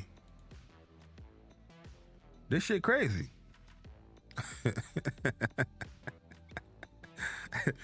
We wrong and we toxic, bruh. I need Are We Live, bruh. I need When Persona Speaks. I need it. Not on Juneteenth though. Not on Juneteenth. You know, we gotta, you know. This shit crazy, man. Hey, yo, Persona, what's good? Yo, what up? Yo, listen, I know you're doing your show. I ain't going, take too long. But listen. Yo, let me make sure they can hear you. All right, go ahead. And make sure I don't have ducking on you either. Yo, can y'all hear our Persona? Let me know if you can hear Persona. Yo, what's good, chat? Appreciate y'all. I'll put you up to 100. Yeah, yo. I don't know if they can hear me or not. Yeah, I think they can hear you. They should be able to hear you. Whoops is here. Yeah, I think they hear me. They're saying Whoops is here. Glad to hear a familiar voice. Yeah, they hear me. Hey, listen. Hey, Persona, you was wrong, bro. You was wrong, man. Nah, listen. I'm gonna do a show, but I'm you got me fired up. This. Hey, yeah, it's contagious. This show right here. I'm listening to the show while I'm doing what I'm doing, and that shit got me fired up. I said, hold on, I gotta jump in this bitch, man. Hold up. Hey, look. I've been right. I hate to say I told you so, but man, do it feel so good. Every single thing from the start of Whoops, from the inception of Whoops, every single thing from Speak from the Heart, every single thing from When Persona Speaks, every single thing I've said on Mooch's podcast, on everything I've said has come true. Literally, from PlayStation on down to the Xbox. Every single thing ended up being true. Mm. And look at what Nishino's saying. What have I been saying? No, what have we been saying for years? You do not want to devalue by putting these games on other platforms. You devalue the brand and the console, especially if your main focus is the console player. You devalue the brand. Mm. That's not fanboy talk. That's not console war. That is fact. That is a literal fact, and we see it happening in real time with the Xbox. No. Like we have an example. That's the crazy thing. You have an example of a company that is doing this and not successful at it.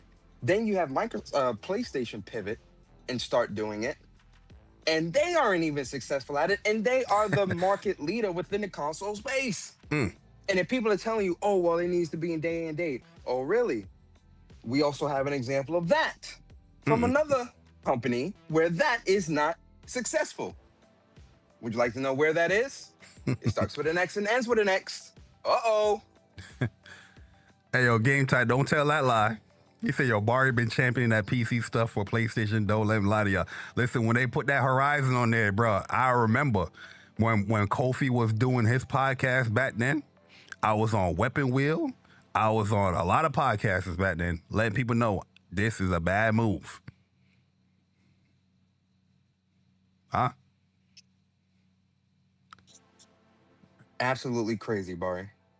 Yo, it's funny too how he worded certain things about the whole refining the value, of the console.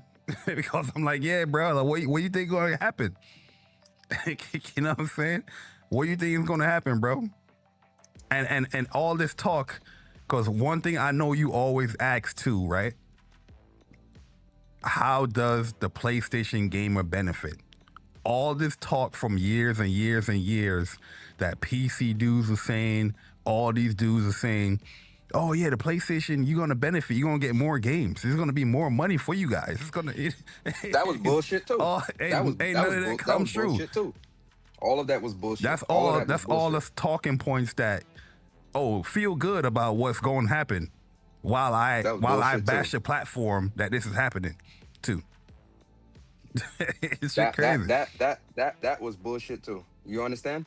I'll tell you why. Because that was their ploy to be like, oh yeah, this is gonna be it.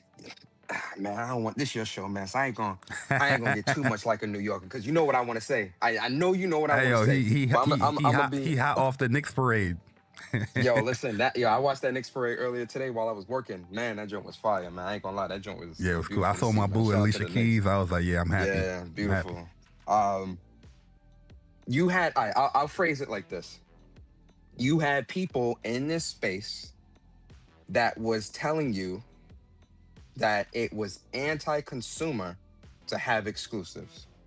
They were telling you, why do you care? They try. See, here's the reverse psychology of it all. You had people trying to hit y'all with the Jedi mind trick. If you don't know what that is, why would you care? More people get to play games. Why do you care? Yeah, exactly. Why do you care where other people get to play the game if you get to play the game too? Remember that talking point that a lot of people were pushing on PlayStation from the Xbox side? They were pushing that dumb shit. Exclusives are going to be the death of gaming because it's antiquated, and you lock people out of being able to experience great games. And why would you stop yourself from getting a sale and all this dumb shit that did not matter?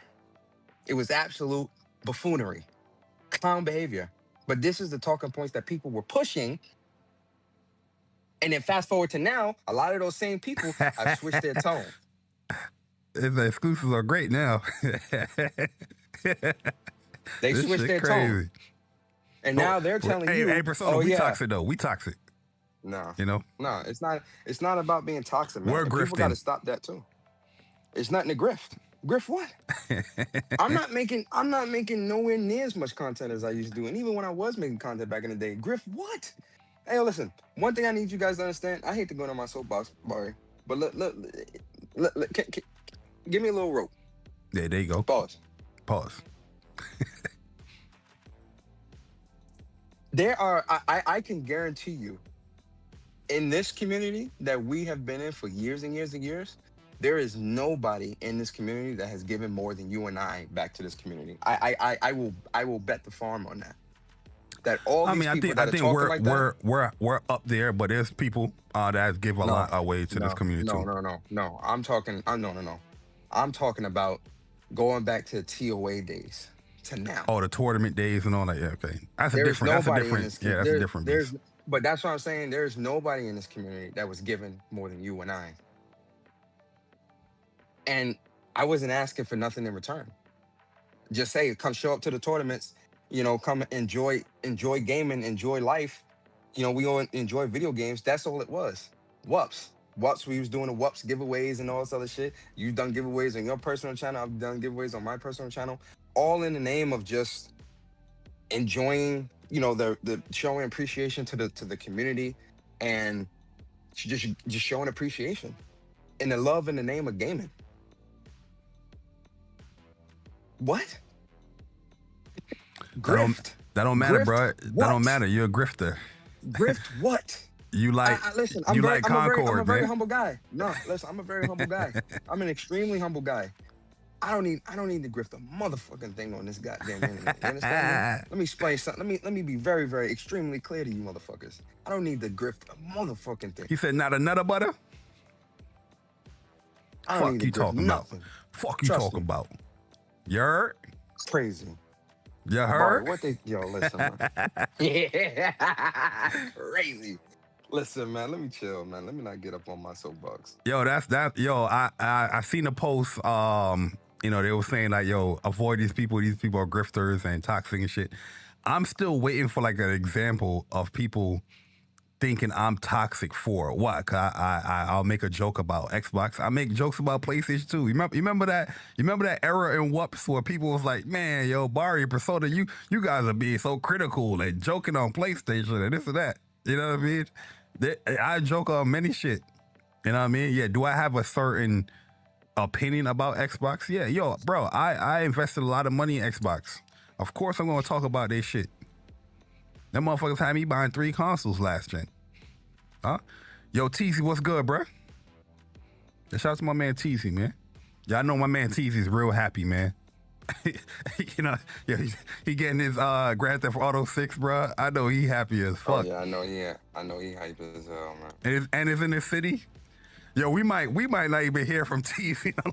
We got yo Teezy, man. I'm gonna have to call you and check on you, man, when GTA release, bro.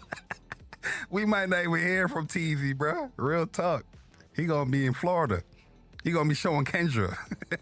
Yo, Kendra, yo, this is where I chilled. When I was 16, I was on this block right here, Kendra. I was on this block. Yo, shout out to my man Teezy, man. But yeah, man, I just think it's wild out here, Persona, man. Like, a lot of the things these people compare us to, you know what I mean? They will compare us to, like, somebody that talks and docks people. Like, bruh, we have never done that. We don't do that shit.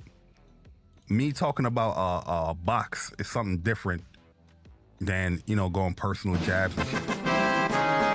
Yeah, but the thing is, you have people here that are I've never seen like the levels and the depths that these people go to, and these would be the people that they'll look at and be like, I don't see an issue, and I'm like, yeah, these are the people that they follow. Right? These people are doing personal jabs and defaming people. And like, oh, it's perfectly fine. Like, them motherfuckers don't even be talking about the point that people are making. They would just talk about somebody's looks and how they speak and they, it's just crazy. I'm like, yo, how is that comparable to us saying something like, or me saying something like, this game, shout out to the PlayStation Nation for helping this game reach its milestone. Which is, if motherfuckers had any reading comprehension, that doesn't mean that this game only sold on PlayStation. But they comparing that shit to like if I was talking about somebody's wife or kid. It's crazy. Let me get shout out to Viper Reed real quick. Yo, Viper Reed, man, appreciate the $4.99. He said, in order to sell a product, you have to differentiate yourself from the competition. How is playing everywhere doing. I was playing everywhere doing that. Yeah, man. Like at the end of the day, yeah. The word that I always try to use was incentivize, right? You have to incentivize your platform. If you're in the console business and you're have a store, you're selling hardware, and you do have games that you create first party wise, yeah, you got to incentivize that hardware. What are you putting the hardware out there for if you're just gonna put your games everywhere? You know what I mean? But my bad, Persona. Go ahead. No, you good. I think that's just the nature of the business, you know. When it comes to what's going on the internet, you got a lot of people who, and I seen that thing that you were talking about where the dude shared that, and I haven't had that picture up for like 6 months.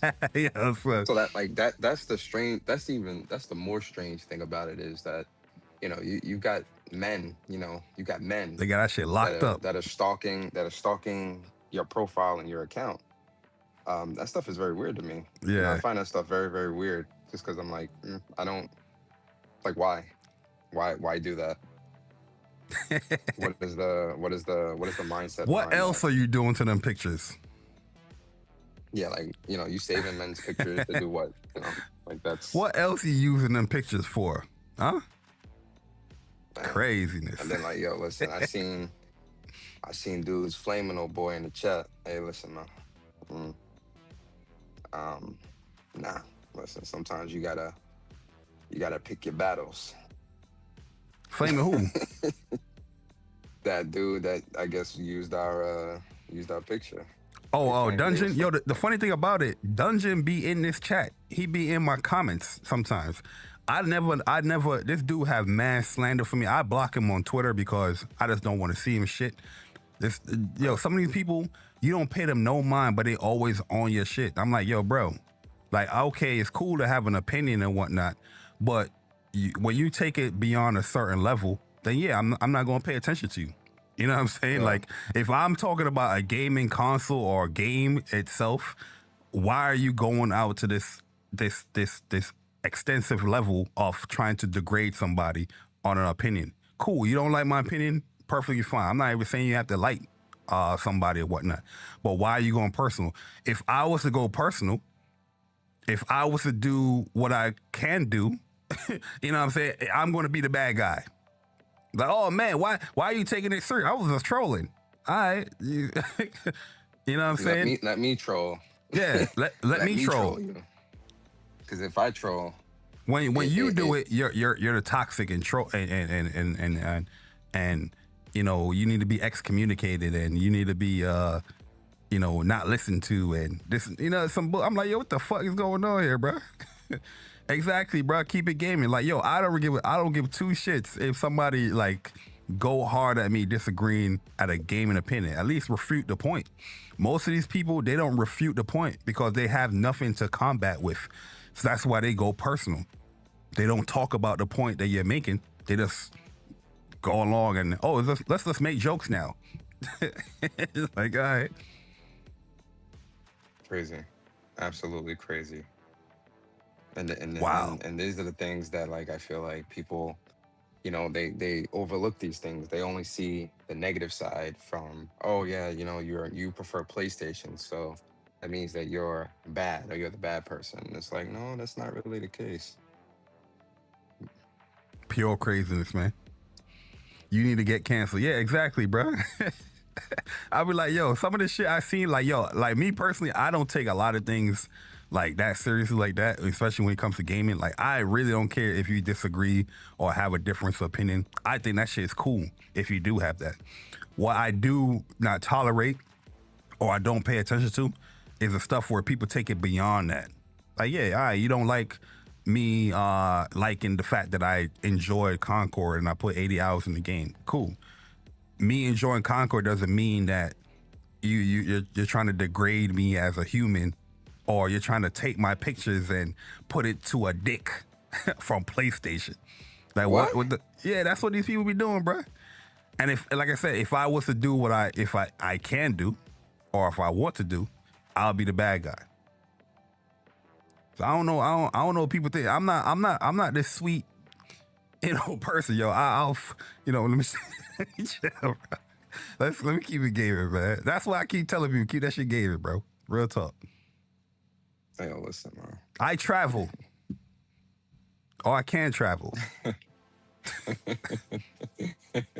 And these dudes are never at the areas. The shit be on Twitter. Like, yeah, I'm at this event. Hey, yo, that's a fact, though. Where they be? Where they Yo, be at, yo, hey, you know what's funny? The dude Dungeon that posted that picture, his picture is being put out there. I could have easily roast this motherfucker, but I'm just like, you know what? I'm going to chill, bro. I'm going to let him do him, bro. If that's his opinion that Twitter needs to get rid of these people, all right, cool, man. It ain't going to change shit. Yo, it definitely ain't going to change shit.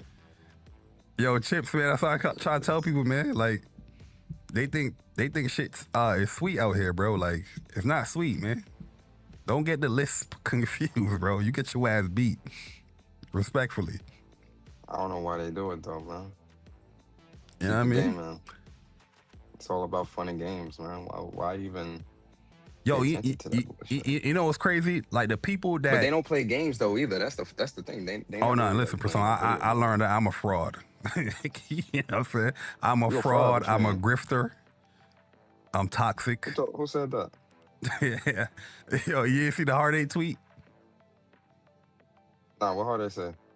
Did I see it? I think I probably... What'd he say? He said Nah, you're not a gamer? I spoke about it earlier. You know, 'cause I explained the whole private and trophies thing. Yeah. Oh, okay. Yeah, I got you. And, you know, like I said, Hard 8, he has a stance that if you have your trophies private, he gonna block you. Which I really don't have an issue with it. I don't have an issue with that. I respect that, to be honest with you. But if the people that follow behind it, I'm looking at these motherfuckers, I'm like, motherfucker, you got 200, 400 trophies. Who trophy you trying to check? You need to check your own shit. You know what I'm saying? What the fuck? Yeah, but like that, I mean, respectfully, for me, I don't really care about, like, no one's that important enough for me to be like, oh, I need you to follow me. Okay. Like, I don't give a fuck. Block me. Nah, I think Hard 8 pretty cool. I don't have an issue with Hard 8, but like I said, if that's his stance... I'm not saying there's an issue. I'm saying who cares? Like, okay, who cares? That's what you want to do. Do it. Who cares? Yeah, I'm not. You know, that's my whole stance on it. I'm not upset about it at all. I respect it. 'Cause I used to be that person. Like I said, but I'm just checking the other little motherfuckers, the non-gaming motherfuckers, trying to hop on that shit. Like, oh yeah, he a fraud. Shut your ass up. You know what I'm saying? Do a guide, bitch. Shut your ass up. You a fool, man. You a fool, bro. Platinum a game, motherfucker. You know what I'm saying? Matter of fact, beat a game. Dumbass, man. Final Fantasy 7. Yo, listen, Game Tight, don't play with me, bro. I got snipers in here, Game Tight. You better listen, when it comes to that Final Fantasy, you better tread lightly. Okay? But yeah, man, I'm just happy to see that PlayStation is actually smartening up. They actually, real talk, listening to PlayStation fans, letting you know that, it's important to have exclusives. It's important to keep games on your platform. Because at the end of the day, nobody's going to be like, oh, what Nintendo doing is bad for Nintendo. No, it's not. It's good for Nintendo. Yeah, Nintendo have some certain ways that, you know, they need to clean up.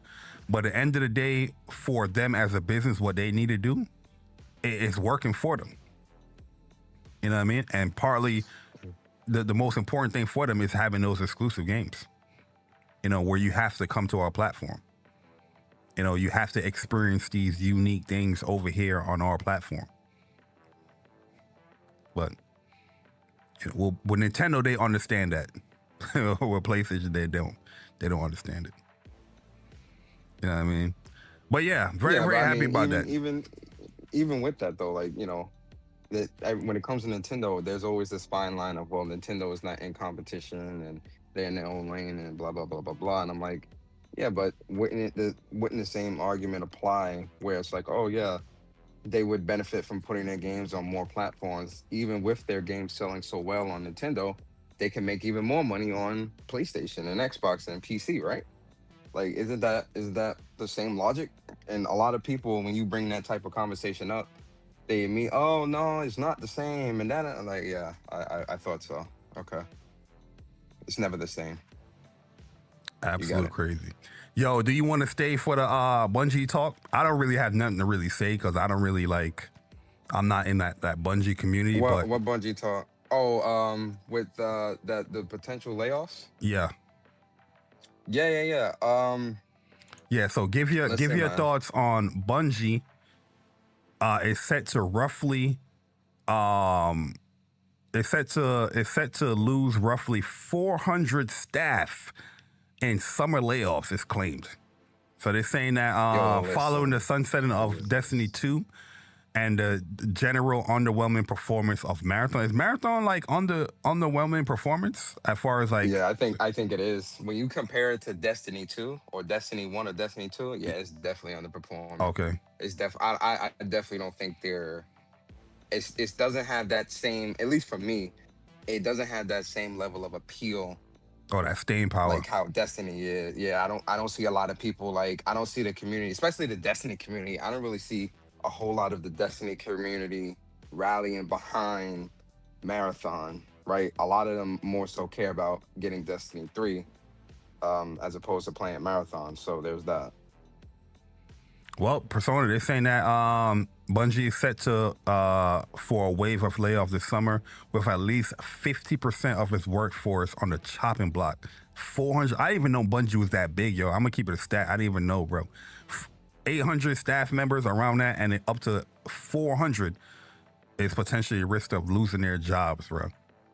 What's how you feel this is gonna affect Bungie? Cause I see a lot of people saying that this could make them into like a support studio now, but 400, if they lose 400 people, they still have 400 people in that studio. That's still a lot of people. It sucks though that they're like losing 1,000 people. Yeah, it sucks they're losing so like many 1,000 people though. people or something like that.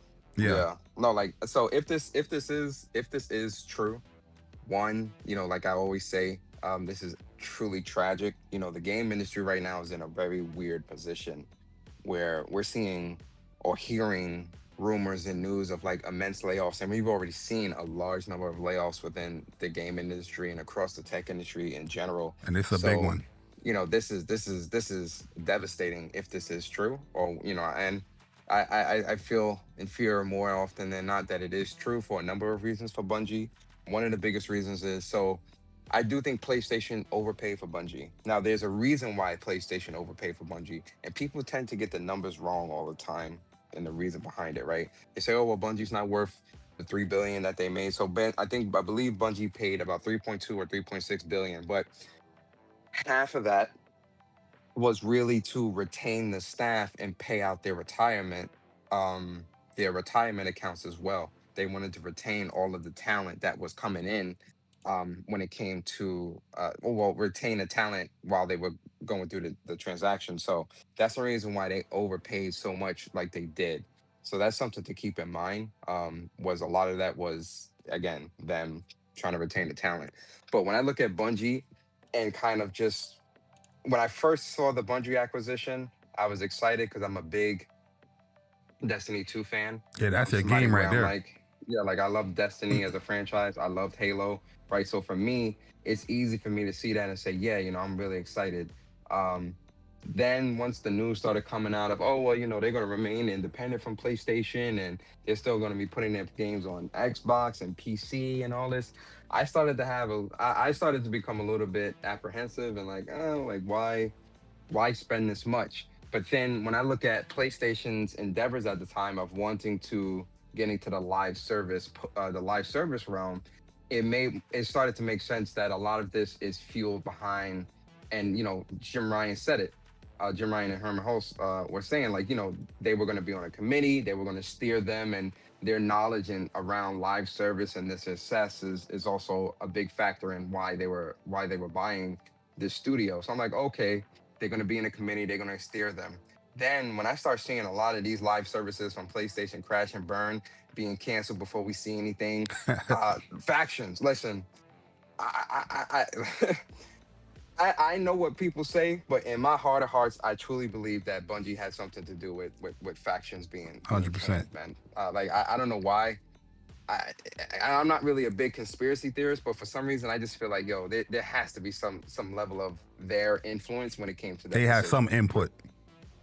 They had to. But anyway, factions being canceled, these studios being shuttered away, PlayStation overextending themselves, and I'm not really seeing Bungie really give the right guidance to PlayStation. And I think PlayStation in themselves didn't see that either because of where PlayStation found themselves after the live service push. After the live, once it kind of got off the ground, it crashed. They overextended, they overinvested, they overestimated the success of these live service games. It's a number of things with that. But then you look at um, Bungie, Marathon ends up being this extraction shooter, and I'm like, huh?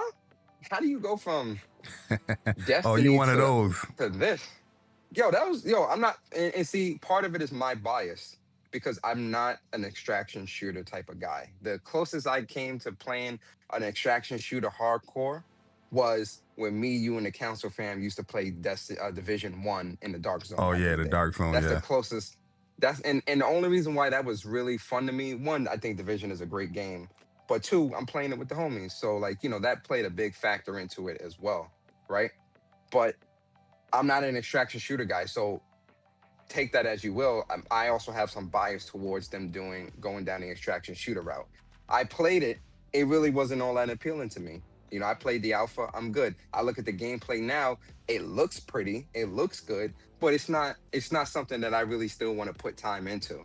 And I think for a lot of people, they saw the same thing. Then the controversy around the artwork, and then the game getting delayed, and then the game costing. Then you have competition like Arc Raiders and all these other different games. The point that I'm making is I think Bungie has pushed themselves into a position. And then looking at Destiny 2, Destiny 2 was not making a lot of money when it came to meeting the revenue targets that the company was trying to reach. And also leadership was not listening and doing a lot of craziness as well. Like there's a lot of behind the scenes things that was going on that really Bungie put themselves in this position. Yeah, I remember and not talking about necessarily some of that PlayStation. stuff on Whoops. Yo, shout out to Yeah. Will Hancock. He said he got the plat for Marathon, man. Big shout out to you, bro. Really? Sorry to hear that. He said, I'm sorry, guys. I'm biased as hell towards Marathon. Like I really don't like that shit. yeah, I think that shit you is pat absolute this ass. game up like first 20 minutes in, bro. He pat this shit. He's like, I'm good. Yeah, that shit was boring as fuck. So I was Yeah, I'm good. like Y'all could keep this bullshit. I really don't have much to say other than like I feel like losing up to half of your workforce is crazy. That means like Marathon really and Destiny really wasn't doing well for you to lose half of your workforce due to how the studio is doing overall with these games out. But yeah, that sucks, and my heart goes out to anybody that's gonna lose their jobs due to this. But yeah, like that's the only thing I can really say about it. 'Cause I don't play Marathon. I don't play Destiny 2. So I can't really speak on the gaming aspect as far as what I like or dislike. But I'm only speaking from the outside looking in. Is that it's very important to listen to your fan base as far as what they want to play. I'm not saying that you can't do stuff different. Like one of the biggest things for Marathon for me is like the extraction shooter. I don't have an issue playing, but it's not my bag as well. But I feel like you have to have some type of like this PvP, man. Like have some different modes. What happened to multiplayer games that have like different modes, bro? Like you have the main joint, which is the extraction joint. But hey, if you just want to shoot around and have fun within the gaming mechanics and shit like that, here's this 3v3 or 4v4 mode that you can play. Like I feel like you need to have those type of options and not having like a single player component as well to build people on those characters, or what they call them, I forgot what they call them in Marathon, the little whatever classes that you have. Like that's a big disappointment as well. You know what I mean? Yeah. And the same thing happened with Concord.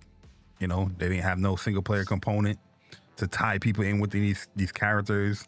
Already people was hating the characters, but you had nothing to really make these characters shine other than a weekly 2-minute clip.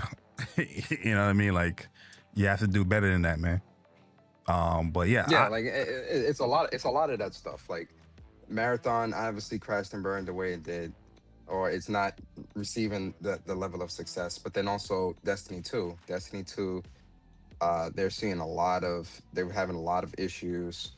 Some of the content in Destiny 2 wasn't hitting with the community initially, and even with the final shape, as popular as the final shape was and as great as it did not regain the level of community or the level of people, at least enough to really push it past what the expectations were from a revenue and financial perspective. So that also played a lot into it, where it's like, all right, Destiny 2 is on a decline. It's on a decline more significantly than what it really should, and because of that, it's, I don't want to say it's not sustainable, but it's put them in this weird position to where the next thing they have to make has to be a hit, and it ends up not being a hit. mm. So, it kind of just sped up everything, in my opinion. Well, yeah, that tells you right there. If people not feeling your game, don't matter if it's multi-platform, exclusive, they just not gonna play it, man. But yeah, that sucks that 400 people can potentially lose their jobs this summer. You know what I mean? That's not a good sign for Bungie. That's not good for PlayStation either. No, it's not. Cause they're the umbrella of the No, company. it's not. Yeah, you're absolutely right. And for PlayStation, they have a decision to make. I don't think Bungie should be shut down. I don't even think Bungie should be relegated to a support studio, right? I think Bungie should just, honestly, I think they should make Destiny 3. That's probably the smartest move for them to do. But what if they don't want to do Destiny 3? Hey, listen, you want to stay open or not? Hey, man. But what happened to the creativity in gaming? Yeah, I agree. Creativity is also very important. Create Destiny 3. Yeah, you biased anyway, man. So it is what it is. You know what I mean? Yeah, Yo, listen, right. Inside of gaming, man, I don't know if you know about this whole purple lighting, man. You know what I mean? I don't know if you want to change the color, but yo, the grifters, man, they gonna get you. Hey, man, look, hold up, man. I got purple lighting on my overlay, man. What hey, purple lighting? What you talking about? Yo, there's some dumbass on Twitter calling purple lighting like T-Ran's lighting. They're pushing What? T and Ran. Okay. What? I don't know if that's a demonetized word. I don't know. So I'm trying to break it down for you. But they say that purple lighting. Remember the whole Halo got purple light in the background? So this is like they're pushing that type of agenda. You see that? Nah. I ain't even gonna explain it, bro. I'll just message you. Yeah, you got to talk to me on the thing. Yeah, I'll just message you. It's a dumbass anyway. I ain't trying to give him no spotlight, but yeah, it's some dumbass, grifting out here. The real grifters out here, man. Oh man, say it ain't so. Say it ain't so, my boy. But yo, Persona. Yes, sir. I'm gonna do what I do best, man, out here. The best list on YouTube. It's that time. It's time to talk about Xbox, Persona. Oh shit. If you want me, I could dip too. Like I said, I didn't want to take up too much of your show. Yeah, cause I'm gonna go through like a whole bunch of stuff. Maybe when I'm done, you could probably, if you want to come back in, you can, give your thoughts. You about to talk about Xbox right now? Yeah, because I'm gonna play some videos. Man, if you want to stay, you can stay, man. I think you can probably hear the. Yeah, I'll hear it. Yeah, go ahead. Yeah, I think you can probably hear the video. Yo, so what a week for Xbox, y'all. Listen, man, I ain't never listen. Don't get it twisted. I bookmarks, okay?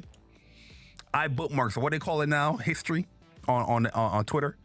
But I ain't never bookmarked this much ever since this week of Xbox. So let me try to break down what's going down here in Xbox, because there's so much news happening that some stuff got addressed, some stuff still is not addressed. And it's just like a whole bunch of craziness, right? So the first thing I saw here was from my man Shinobi. I always look at Shinobi, where he's stating that Bloomberg is reporting several Xbox studios, including Compulsion Games, Ninja Theory, and Double Fine, are in active negotiations with Xbox to spin off as they try to avoid closure. These are not the only 3 studios at risk of closure, says Jason Schreier. So after a great week, a great showcase Xbox had, it's just mad bad news is coming in that now we're seeing studio closures possibly happening.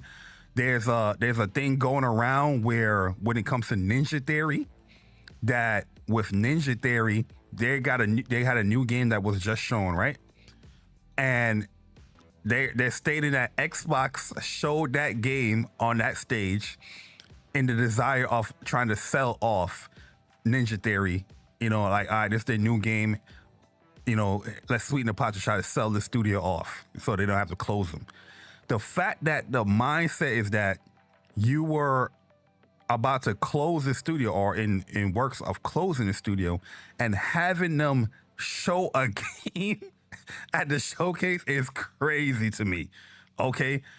Like, I don't even know what the hell is going on over there, the Xbox leadership, because not saying that these people are bad people or I like the direction of where they're going with Xbox, like the whole bringing back the exclusive thing. I think that's a great move for Xbox to have exclusive content to their console, you know what I mean? And not go into the other consoles. So when they said the Gears and the what's the other game? Clockwork, is it Clockwork Evolution or Revolution? Staying as an Xbox exclusive. I didn't have no issue with that. I know a lot of people in the gaming community was having issue with that. It was like, oh, Xbox can't do this. But they got to try something to bring people back into Xbox. So I respect that move, honestly. Will it work? I don't know. I think you have cultivated your fan base to think a certain way when it comes to game purchases and how they eat up your games, how they access your games. It's going to take a lot for you to break that culture of you having Xbox gamers think a certain way. It's going to take a lot for them to break them out of that way, especially when you're still doing the whole Game Pass shit. But anyways, that's for a different discussion, right? But Xbox leadership, after this showcase, they've been on a whole bunch of like interviews. There's been a whole bunch of interviews going on. And I swear, like every single interview, they're saying something different than what the other person was just saying. You know what I mean? That's why there's so much confusion going around in the gaming news for Xbox in this past week, where they're saying that one of the things were that Gears and Clockwork, it might come to the PlayStation and other platforms or whatnot, because a certain statement was said from somebody else. But then, I think Matthew Ball, he came out and said, no, it's going to be staying exclusive with these games. They're not going to be on PlayStation. And then you had Aaron Greenberg coming out and saying things like, yeah, these games was never intended to be on PlayStation. But then when they did their whole interview or their after show, they made a mistake of running a Gears of War trailer with the PlayStation logo on the motherfucker. You know what I'm saying? It's just like a whole bunch of craziness going on over there. So now seeing that there's more news piling onto that confusion, now we having Compulsion Games, Ninja Theory, and Double Fine possibly getting closed down. And Jason Schreier is also saying that these are not the only 3 people that's getting shut down. So I'm saying this to say this as well now. Hold on one second. Let me find it. Studios are in active negotiation with Xbox, may give them a chance to go independent. Oh yeah, so here's the other thing that's popping up. This is the Bloomberg reporting right here. with Jason Schreier, but they're giving more information. Bloomberg Studios are in active negotiation with Xbox and may be given the chance to go independent. The studios, which include Compulsion Games, Double Fine, are in active negotiation with Xbox and may be given the chance to go independent. Cambridge, England, based Ninja Theory, the maker of Hellblade, is also in conversations with Xbox, as are several other studios across their portfolio that are at a risk of being shuttered.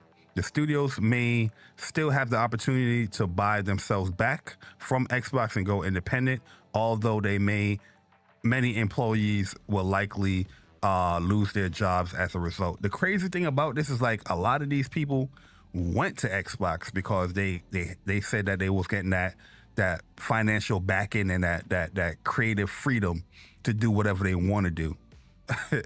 And then we're right back. Ninja Theory is one. I remember watching all the Ninja Theory diaries when it came to Hellblade and why they love being independent.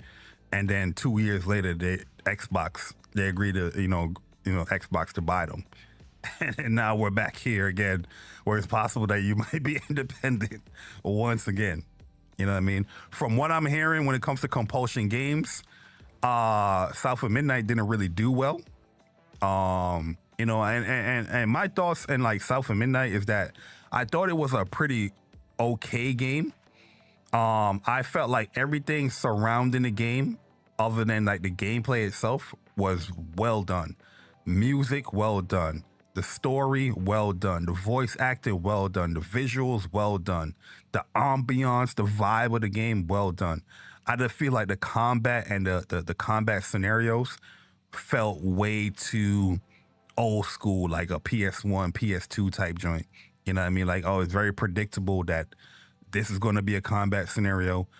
And then when you do get into combat, I didn't think the combat felt that good, in my opinion. You know what I mean? There's times where I'm dodging enemies, and the enemies, I don't know, they got some crazy hitboxes where they still just hitting me. I'm like, damn, it looks like I'm out the way, but you still hit me. It's kind of crazy.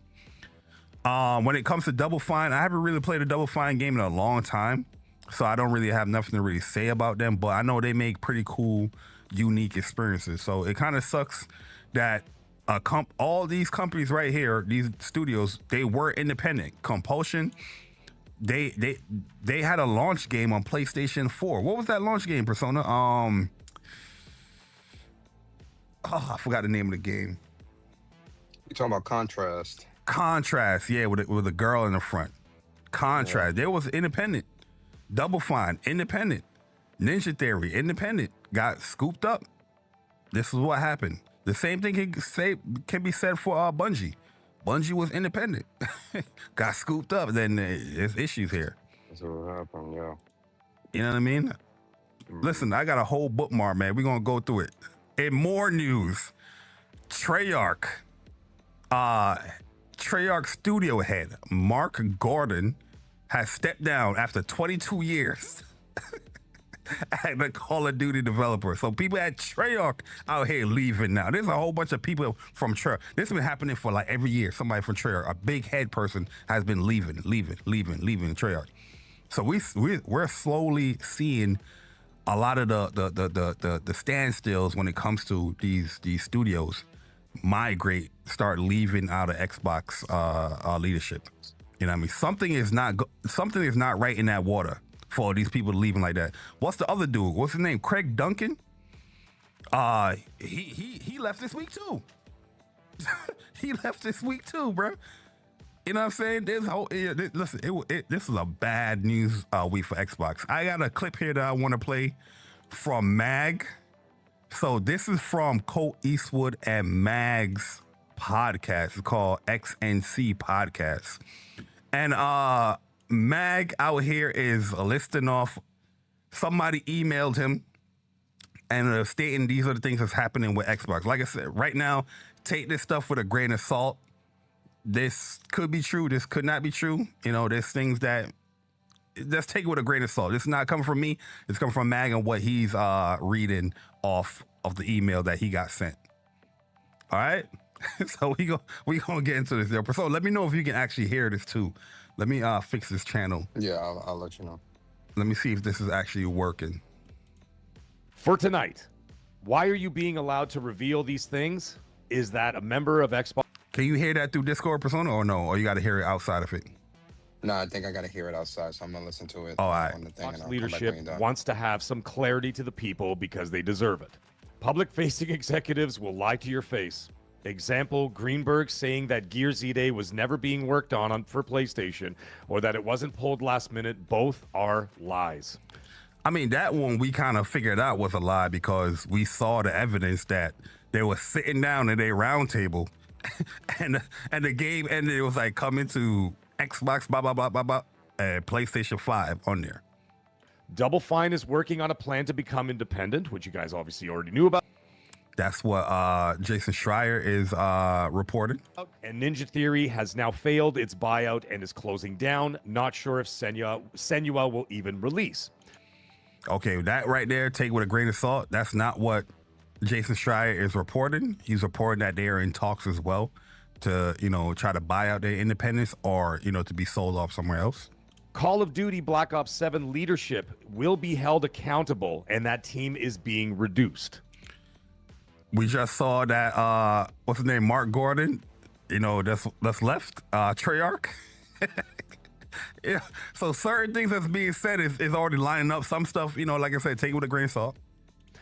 Halo Studios is not safe. The road to creating Infinite was filled with failed projects, overspending, and Infinite did not do well. It had huge players, but not enough monetizing potential to make up for losses for years. Oh, wow. So Halo Infinite hasn't done well, and Halo Studios can be affected by this. We'll see.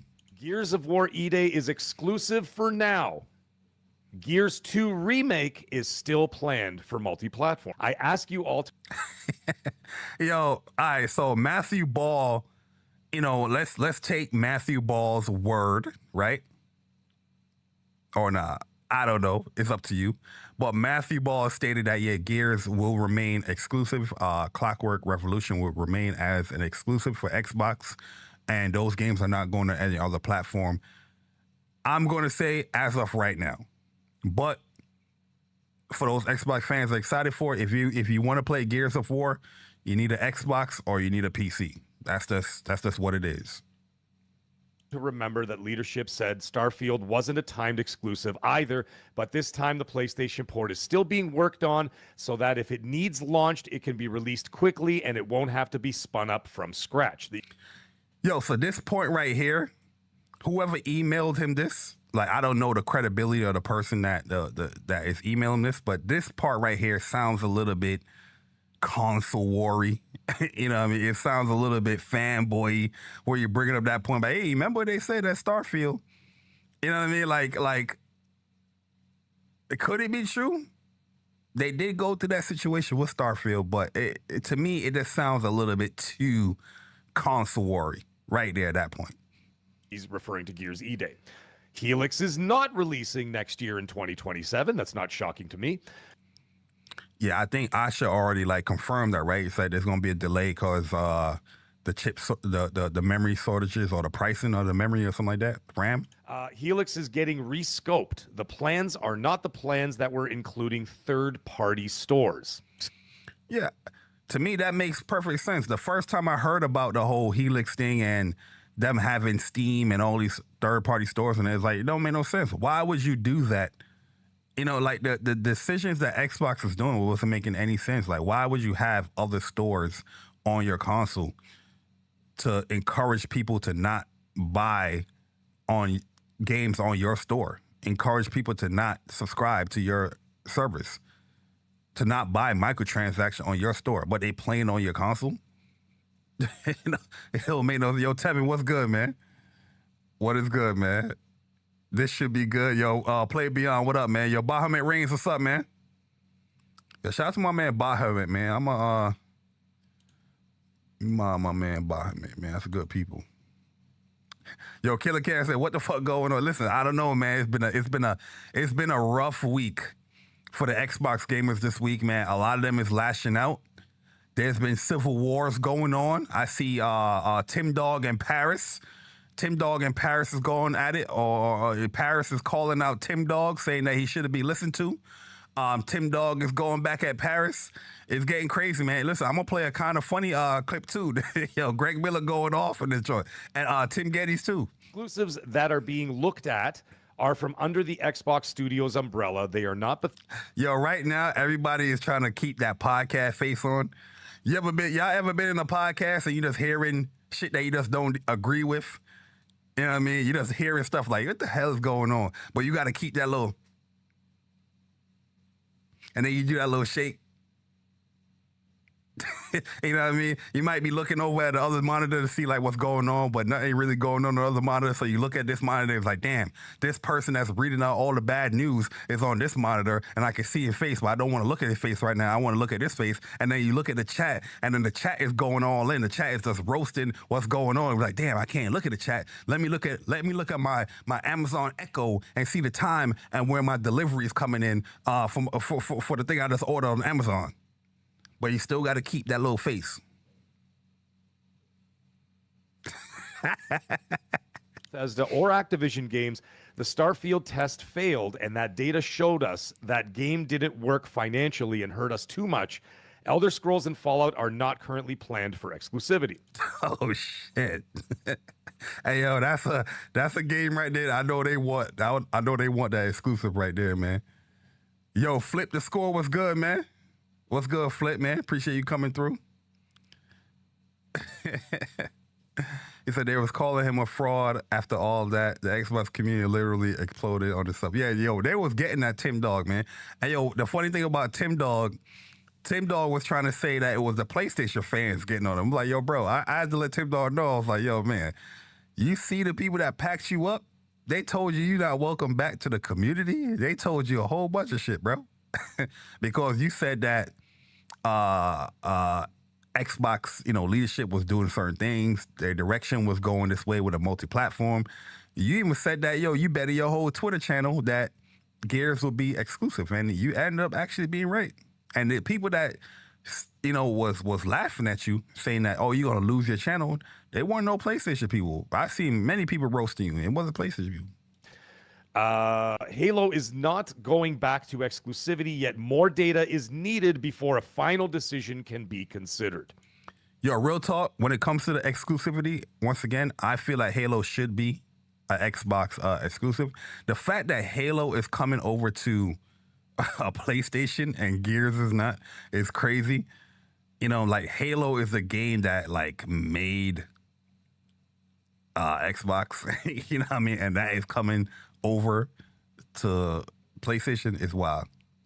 Didn't he crash back out on them? Yeah, he did. He crashed out on them for sure. In them Twitter spaces and on tweets, Tim Dog crashing out right. Listen, people don't know Tim Dog. When Tim Dog gets revved up, listen, man, Tim Dog is like a Beyblade.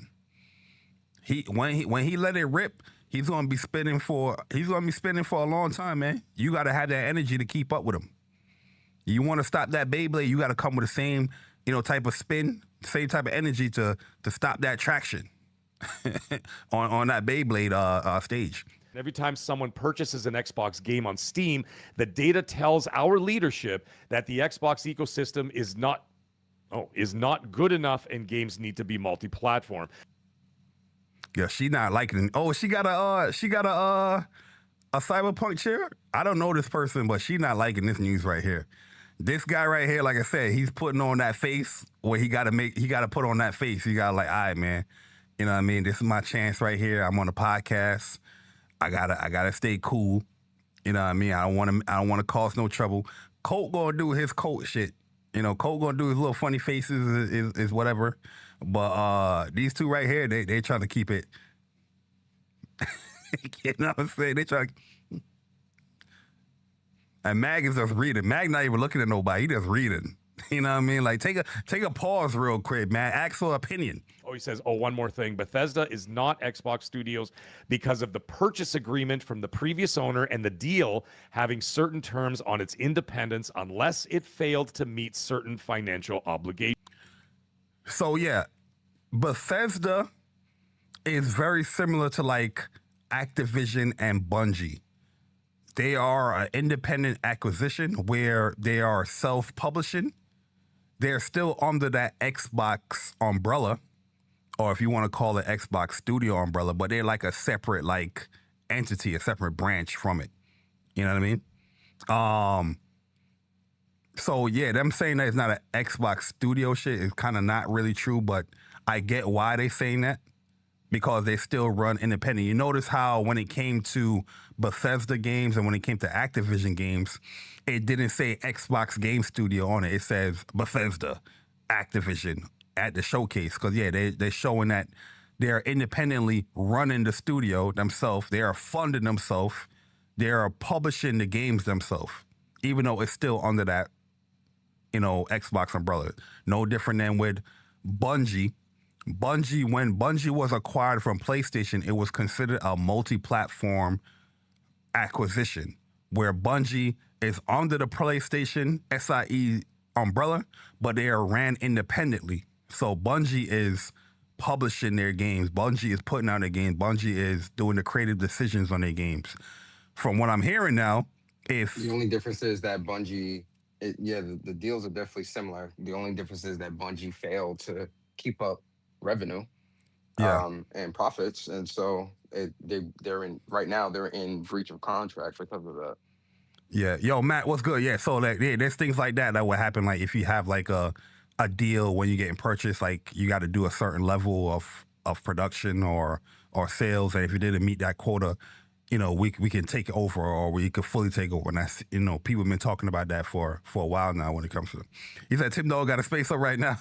I hope it's recorded. I'm almost done here. We gonna get through it. We gonna get through it. But this is the XNC podcast. Persona, did you hear anything what was saying here? Do you believe anything that's going on here? Were you following any of the Xbox news? I was listening in your show while you was talking about it. That's why I had it deafened. But yeah, I mean, I think a lot of that has the possibility to be true. Only because we don't really know the direction that Microsoft really want to go in. Like we already know. Excuse me, we already know the direction that they really want to go in because they've been talking about it for like 2 years now, right? That ABK deal really pushed Microsoft into this position to where they have to go this route because the amount of money that was spent, you can't keep shit exclusive. Like literally you can't.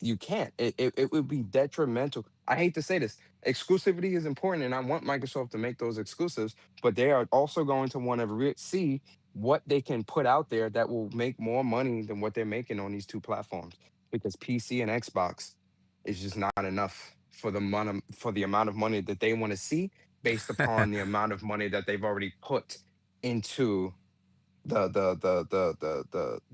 console. Excuse me, into purchasing these studios. Yeah, it's like I said, it's a clusterfuck going on over there. At Xbox, like, yeah, leadership, I don't know. Like, it's going to take a while for them to hone things in. Hopefully they can get to that point where they do hone things in and you can see an actual direction where everybody's on one accord delivering the message. But right now, this week, Xbox it is not looking good. Look at this drum right here.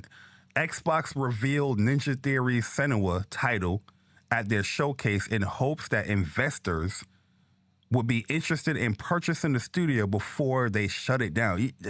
That's how crazy bro. that is, bro. That when I heard that, hey man, I was absolutely disgusted by that. Bro, man. that is nasty work. Disgusting. That was disgusting.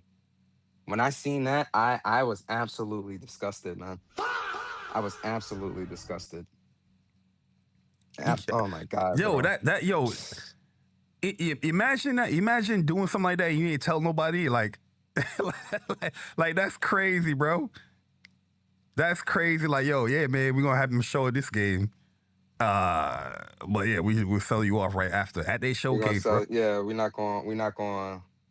Whatever. It's just like, huh? Crazy, man. Who even moves like that, bro? Like, yo, And listen, the conversation, and the reason why I keep saying this is because I know how people in this community are. The conversation right now is about Xbox, but that doesn't mean PlayStation is absolved of any type of ridicule when it comes to, what's going on. You feel me? Like, Mm-hmm. PlayStation could absolutely do the same thing, but we're not talking about PlayStation, so none of that matters. Saying like the conversation isn't about PlayStation right now, although PlayStation can very likely do the same thing, and the feeling would be the same. Like that's the difference, and I think that's the difference with a lot of people in this community, right? And I think that's also why, like, when you look at like how people kind of talk about you and I specifically, Barry, especially when it comes to WUPs, they really speak on like superficial shit that don't really hold no weight, because this is what happens when you maintain the same stance. Nobody can say shit. What can you say? Oh, well, you flip flop. Where I always said this was wrong, or I didn't agree with this. Even if the community didn't agree with me, I don't give a fuck. It's what I feel. These are my Facts. thoughts. Facts. So I'm gonna say how I feel, and I must speak on it, from my perspective and how I feel, because that's how I feel. That's it. The problem with a lot of dudes in this community, especially Xbox dudes, you switched your stance too much. You went with the win. You went with what Microsoft said was best, and now you got egg on your face. At every point in turn, you getting exposed as a fraud because you flip flop way too fucking much. That's it. You flip flop. Yeah. Oh, well, exclusives are bad. Oh no, exclusives really aren't bad. They really are good, because it's like, yo, you look foolish. Yeah, Respectfully. like my And thing so with a you lot go of and my fault. And so because of that, you gonna get called out. Nobody's above being called out. So that means you getting called out too. And it doesn't matter if you have 1 follower or 1 million followers. You're gonna get called out. Yeah, I agree. The fact that you have so much different stances within a short period of time, it's like, yo, what is your real opinion about what's going on? Like, even now when I hear people's thoughts and opinions of what's going on Xbox, like, do I even want to even believe what you're saying? Because next week, you know what I mean, it could be something different. You know what I mean? Like, do Yeah. you have actual stance how you feel or how you want Xbox to go? Because next week, next month, it might be a different shit. Is that how you gonna feel tomorrow? Yeah, man. The world may never know. Like, Craziness. is that how you gonna feel tomorrow? Next week, I should come out and say, you know what? Yeah, exclusives just don't work. We Yeah, can't do it. we This put is just everything not on sustainable. PlayStation. We putting everything on PlayStation. What's gonna be your stance? Oh yeah, Asha, I understand the business. Yeah, are y'all gonna change your stance? Or are you gonna push back? See, and here's the problem. I was talking about this on my show. What was it, last week or 2 weeks ago, before the whole Summer Game Fest thing? When it comes to the stand, no, I put a tweet out. Sorry, I put a tweet out this week, Barry, and I think you saw it. When I said a lot of people see Microsoft is smart, because you gave a lot of the people at the Fan Fest free Xbox Series X's 25th anniversary. That's calculated. That's not because they care about you. It's because it makes it harder for you to be critical, because you don't want to miss out on all that free shit. Yeah. Respectfully. It's gonna be hard. It's harder for you to be critical, right? And that's what and see, here's the thing. That's why it happens. It's supposed to feel that way. You're gonna feel that way because you're getting free shit. But there's a calculated reason behind why that stuff is happening to begin with. There's a calculated reason behind that. Nobody wants to hear it, but there is a reason behind that. There's a reason why during the Tim Geddes, during the fucking Tim Geddes clip, and granted, I only seen the clip. I gotta watch the full Oh, don't worry. episode, I'm gonna play it. I'm gonna play it. I'm gonna play it. On Kind of Funny. I'm gonna play it. I'm gonna play it. I'm gonna play it. What Paris say? It is what it is. What he say? What he say? This is where we're This at. is where they at. Yeah. I'm gonna play the clip. I'm gonna play the clip. There's a reason, man. There's a fucking reason, man. Crazy. Before I play that clip, I got this Greg Miller clip I gotta play. I don't know if you've seen this one, but he was going off on Xbox. Oh, Matthew Ball, I seen that. And shit. Matthew Ball and Satya, yo, Greg Miller was going off, bro. I seen that. I seen yo, that. Hey, I don't know if y'all seen it, but listen to this clip right here from Kind of Funny podcast and whatnot. Here's Greg Miller talking about the state of Xbox right now. And yo, real talk, outside of some of the comments about Satya and Matthew Ball, I feel like that's a little bit far, but I do agree with his sentiments here as far as like a lot of things Xbox is doing. It don't make no sense, but here we go. I'm gonna play it. Xbox is losing money hand over fist. They are not doing well. That's my problem. And that's your problem, Pears, is that we're fucking smart. If you took any of us and gave us control of Xbox, we would walk into Satya and Nadella and be like, we're not getting rid of any of these fucking studios. What we're doing is stopping fucking hardware. You fucked up the... Oh, I don't agree with that. I think stopping hardware, that would be like a knife in your gut, bro. Imagine 25 years of Xbox and then you announcing to Xbox gamers, we ain't doing hardware no more. I get where Greg is coming from as far as like, okay, which one would you rather have, the studios or this hardware? If you don't want to lose the studios, you might have to sacrifice the hardware. I get it.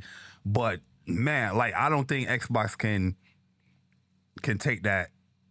Well, you know, they probably can, but I don't think the fan base will take that. I'm sticking more with the fan base as far as like they getting rid of hardware. What, get rid of the hardware? Yeah. Listen, I agree with you, but at the same time, it's going to be one of those situations where Microsoft, if they do that, I'm not saying I want them to do that or anything like that. I'm saying if that is something that were to happen, it's going to be one of those situations of suck it up. It is what it is type of thing. I feel like they would approach it in that manner because of where they are in their position when it comes to gaming. Yeah. Now, I hope they don't get rid of the hardware. Really and truly, I really don't.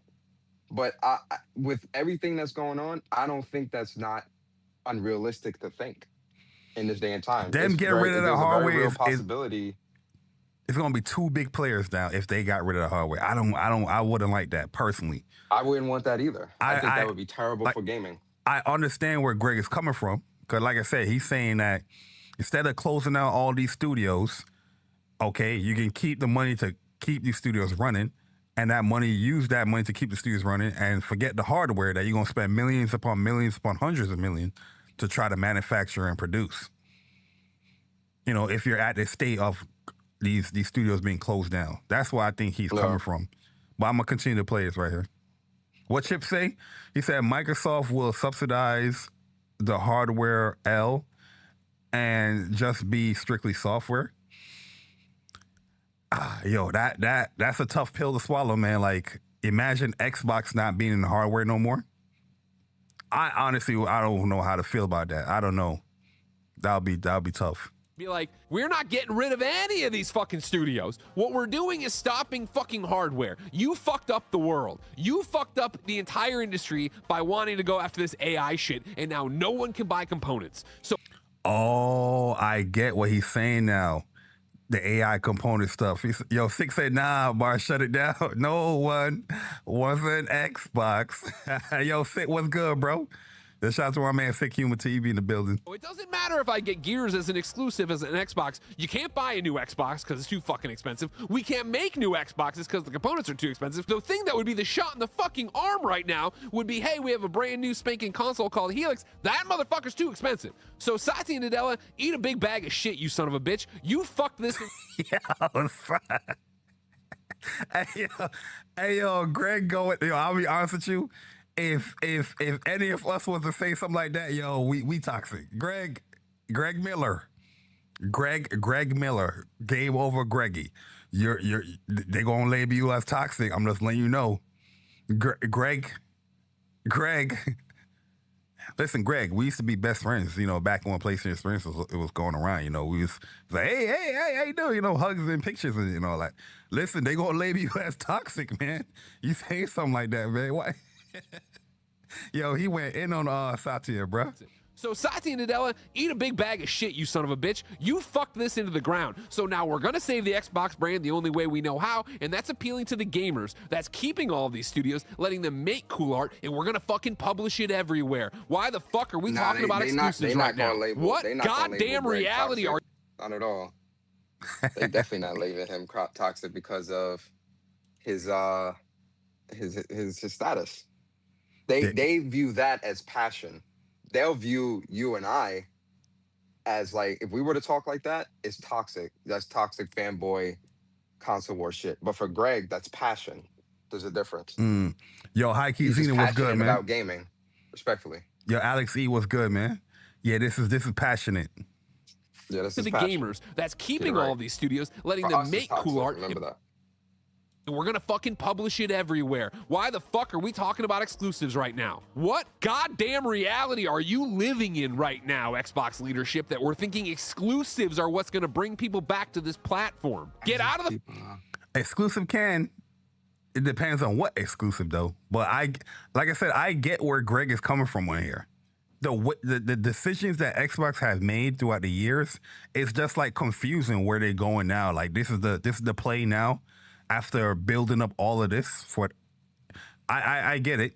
If you want to lose the risk of losing a whole bunch of studios and whatnot, yeah, the hardware, yeah, that's something that you created with the whole AI push, you know. Fucking hardware. Double Fine. We need an awesome, fun game in 9 months to put on Game Pass. I'm going over and I'm saying, Outer Worlds devs, you're making Fallout New Vegas 2. Those kids who made the fucking Fallout London mod, I'm giving them money and we're fucking making a thing out of that too. Like, I'm here right now and I'm talking to Satya Nadella while he's this giant fucking bag of shit because fuck this. Oh, you shit. are not going anywhere with this brand if we don't have a vision for what it is. I don't know how you cannot look at the failure of the announcement and generation that was the Xbox One and not go, we will never do that again. We will never step foot on a stage and not have a message we believe in. Nobody believes in any of this except the fucking money. I hope all these studios can get out and go have successful lives, and that's not possible, and I hate that. I agree. I agree. Like, yo, like having a generation like the Xbox One and then not learning from that is just like, what the fuck? Like the beginning of the Xbox One, I felt like Xbox was cool, but then you switch your whole strategy up. Like, do you think it's too late, Persona, for Xbox to go back to exclusives, or you think that's the right play for them to do? Yeah, I said this before. While I pull up the other clip. If it's important, if Microsoft views the console as still a very important portion of the business, then yes, I do think that they should go back to doing exclusives, because exclusives is what's really going to push the console and you know, really get people back into that ecosystem if that's what they truly want. If that's not truly what they want, then they should just stay the course and pivot to, okay, yeah, let's you feel me? Yeah, let's go back to doing what we were doing with, you know, this or whatever. With putting things on you know, on other platforms if they want to make that money. Yeah, you ready for the other clip? this the one you was talking about right here.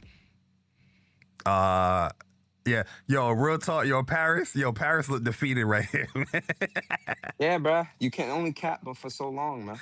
Yo, Paris looked defeated a little bit right here, man. Listen, man, I don't know. You can only cap but for so long, my boy. Yeah, that should get tiring. Like this is the look right here. Like I told you, when people are not like excited or like they don't agree pretty much on what is being said here, but you got to have that professional look on. You got to keep running with it. But I'm gonna play the clip right here, and you know, shout out to Paris. This is what you had to say at the end. How many fucking years into a console generation we're gonna say we're going back to exclusives on 2 titles? What the fuck are we talking about? What the fuck? That's not going to work. Like, Magic Crystal Ball, like, don't worry about it. So Matthew Ball, don't step here like, there's no plans to reverse course. There isn't right now, Matthew Ball. And I'm looking forward to see you eating your fucking shoe when Satya Nadella tells you this is fucking horrible. We spent how much money on Gears of War E-Day, and it made how much money only being on PC and Xbox? Fuck it, put it on PlayStation 5, and then they won't buy it there because its old game is old. That's where we are. How many fucking years into a console Hey, generation? We're gonna say we're going back to exclusives and 2 titles? What the fuck are we talking about? Yo, you just What created the a fuck? new That's meme, not yo. going to Yo, work. shout out to my man Like, Paris, yo. Magic He crystal just ball, created a like, don't new worry meme about with it. that. Magic What? ball, That's where they are. There's no plans reversed. That's where they are. There Yo, isn't but that, right I'm now, telling Matthew you, that's Ball. the look And I'm of looking forward to defeat, see man. you eating your But fucking shoe when Satya that Nadella tells you this is fucking horrible. respectfully, man, How much we Paris spent is how one of the much main money people on Gears of War that E-Day, flip-flopped and it made so how much much money only when it being came on to PC and their Xbox? stance for Fuck it, Xbox. put it on PlayStation 5 I don't feel and then sorry. they will buy it there 'cause it's I all don't game feel is sorry all. for him because you should have stayed your That's where stance we are. since day one. How many? And what was your stance? You don't spend X amount of dollars to not put something That's where exclusive. That was always your stance. That was your true thoughts and feelings. Somewhere That's where along we the are. line, you That's where we lost are. your way, and now this is where we That's are, where we are. respectfully. And listen, I don't How have many? Oh, any type of personal ill That's where will we are. towards Paris, right? This is all just gaming talks and opinions and gaming discourse. There's no stance. There's no morals, no backbone. There's just nothing. Yeah. Respectfully, like I mean that respectfully. No stance. You flip flop too much, man. Yeah, like So yeah, he's defeated. He's defeated. That's the look of defeat, and it's okay to feel that way.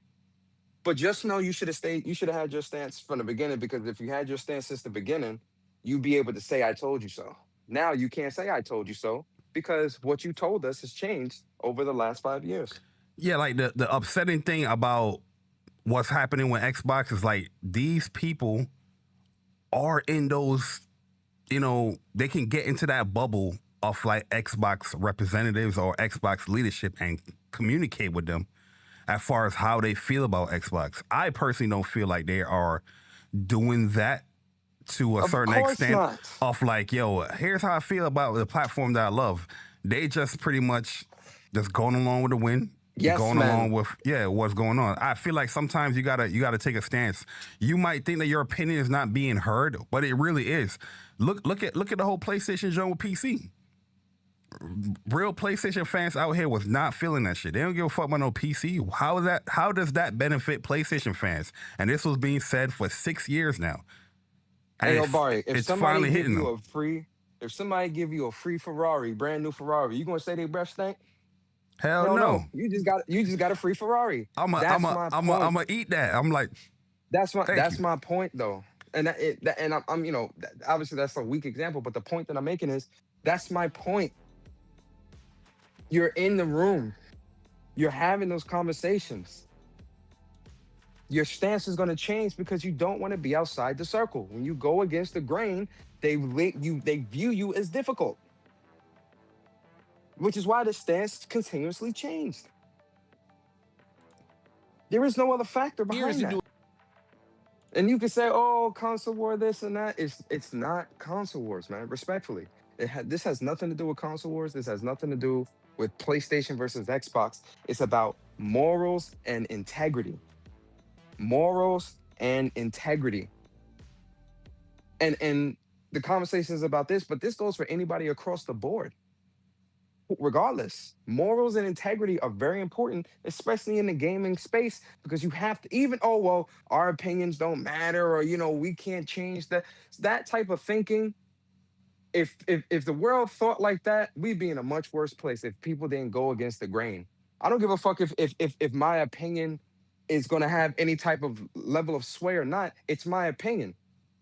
If I disagree with something, I disagree with it, and that's it. No one's going to sway that. I don't give a fuck what's being given. Integrity is very important, especially in gaming, because you are in that room. You are connected to those people. I would argue it's more important for you to have that level of integrity in those rooms as opposed to some just everyday YouTuber, because you are in those rooms and you do have that power to say X, Y, Z. Oh, I don't really think this should be done because whatever, or I still believe in exclusives or whatever. But if you're getting free shit, why would you mess up the gravy train? Hey man, all I gotta say is, That's where we are. that's where we are. You know, But yeah, y'all. Shout out to my man Persona, man, dropping that knowledge, dropping that fact. It is a fact what he's saying. Like, yeah, I agree. I find it disappointing that, yeah, I think more people that have that influencer status in Xbox should be more vocal. You know what I mean? I'm just saying this off of the things that I see personally. You know, I don't know what's going on behind closed doors, but at the end of the day, we see how Xbox is moving. They all over the goddamn place. You know what I mean? Xbox leadership is no different than a fan base when it comes to their stances and opinions. 1 week, they feel this way. The next week, they feel that way. 1 month, they feel this way. 2 months later, they feel that way. 1 year, they feel this way. 1 year later, 2 years later, they feel this way. Hey, opinions change. Business change. You know what I mean? At the end of the day, like I say, for Xbox, pray for Xbox, man. But yo, Persona, I'm going to end on that, man. Any shout outs, anything you want to say before you get up out of here, bro? If he's there. Oh, he Yeah, muted. listen, man. Big shout out to you, Barry. This is a great show. Definitely got me through my evening. Definitely about to play some Kingdom Hearts 1. Listen, if y'all haven't played Kingdom Hearts, this shit is fire. Definitely one of my favorite games from when I was a kid. And I'm enjoying just going through these games again. Going to get these platinums. Adventures of Elliot came out today. Yes, sir. So I'm going to be juggling Kingdom Hearts and Adventures of Elliot. Plus, it's a holiday weekend, Juneteenth. You understand? So we are putting a lot of time into some of these games. But yo, it's a big shout out to you, Barry. Big shout out to the chat. Big shout out to everybody, man. Just, you know, play games, enjoy yourselves, enjoy the summer. And yeah, I'll see y'all when I see y'all. Yep. This is just where we are. Yeah, man. Appreciate you coming through, man. This is where we are. This is just where we are. Yeah. At the end of the day, man, we praying for Xbox. At the end, like really and truly, I want to see Xbox flourish because I do feel like it's important to have, you know, that competition, that steady and healthy competition in there. You know what I mean? If Xbox drop a cool game, you know, the desire is like, oh, for PlayStation, it's like, oh, I see that. I gotta one up you as well. You know what I mean? Right now, I feel like that's not happening over there. And yeah, I feel like, you know, I might be the different person out here when it comes to the PlayStation community. That yeah, I do feel like Xbox need to do hardware. I do feel like they need to have exclusive games. They need to incentivize their platform. But as I say that, it is difficult to say as well, because at the end of the day, this is the monster that they created. You know what I'm saying? This is the monster that they created. Everything what's going on with Xbox is all self-inflicted wounds. You know, where they have their fan base. Not even Gears of War could look amazing to a lot of people on the Xbox side, but guess what? They don't want to buy it. So I'm not buying that. I'll subscribe to this service that I paid $3 for 3 years ago. I'm playing it through there. It could be the most advanced tech, the most anticipating game. They gave it, they don't care. They're not gonna buy it. This is the shit that they created. At the end of the day, if you want to be in a console business, yeah, you're gonna have to have people purchase your games. That's why the whole multi-platform thing is being brought up, because there's people that are willing to purchase your games on other platforms, as is being shown in the data. So yeah, like as harsh as it could sound when it comes to what Greg Miller is saying, what other people in the PlayStation community is saying, yeah, it's harsh, but it's a reality. It's a reality. This could happen if things don't, you know, look up. If things don't get better, this could happen. You know, I personally don't want it to happen, but it's a possibility it can happen. At the end of the day, you got to get real about how you feel about the platforms that you primarily play on. You know, if you like Xbox, you love the Xbox brand, you got to start speaking up, bruh, on things that you don't like. I see way too much wishy-washy opinions out here where it's just going along with the wind like piss, like I always say. They're like pissing in the wind. Just go along with it. You know what I mean? You got to be a fucking stream. You know? You got to stand on your morals, man. You got to stand on your 10 toes sometimes, man, because they are listening. At the end of the day, if the money not coming through, that's where things change. They are listening. You think these interviews that Nishino is doing, that Herman hosts, these, you know, meetings that they having with PlayStation, you think this is just like, oh, we're just speaking? You think they're not listening to the fan base? Like, man. But anyways, man, yeah, I appreciate everybody coming through, man. Like I said, sorry I couldn't do the stream yesterday. I just had an event I had to go to, you know, birthday celebration. But yeah, so that's why this stream got pushed to today. If I can't do the stream, if I can't do the JayBari shows on Wednesday, most likely I'll probably do it like on a Saturday in the morning. I just did it today because I didn't want to wait super long to do, you know, the things I wanted to talk about. But be on the lookout for upcoming videos. I think I'm not going to wait for any more Final Fantasy VII news. I'm just going to talk about everything. I might do a live stream for that. Be on the lookout for that. I'm very happy that ducking is working, y'all. It feels good. It sounds good too, man. That ducking is actually working. So yeah, like when these breakdowns and these other things that I want to do is going to sound much more better. I still got to work on like getting a good like equalizer as far as where I feel comfortable or where I want my equalizer to be, how my voice to sound and all that. Still going to work on that stuff. But yeah, I'm going to be doing some testing stuff now when it comes to the PlayStation 5 because it's going to be much easier to get certain audio. So if I do a Marvel Rivals stream this time, you can hear the audio from the people that's in my, you know, in my lobby. Before, when I was doing those streams on Marvel Rivals or uploading those gameplays, you couldn't hear it. But when I set everything up with a PlayStation 5, you should be able to hear that. So yeah, next month is going to be a big month for me. It's going to be my birthday month. If you don't know, my birthday is the end of July. And I have some things I want to do that is very classic to this channel. So if you're new, you might not know. If you're not new, I'm pretty sure you're going to have a good idea of what I'm talking about that I want to do for future content stuff. So be on the lookout for that. Like I said, last year, I feel super bad that I didn't get to do a certain thing that I wanted to do. I was going through a lot of PC issues and overloading encoders and all that stuff, and I just didn't really feel comfortable hosting such an event at that time. But be on the lookout. A bash is coming. That's all I'm gonna say. You say, yo, where that COD video at? I ain't really do a COD video yet. We're gonna probably stream the beta. You know, when the beta come out, we'll stream the beta up and you know, I'll give my opinions there. But yeah, I still got to do my Final Fantasy videos or stream Revelation news. There's still videos that I said I wanted to do. I haven't even done yet. Like the super boss for Octopath Traveler. I have my whole boss strategy saved on my PlayStation, but I just haven't made the video yet. You know, that might be a late video now, but we'll see. But yeah, man, be patient with me.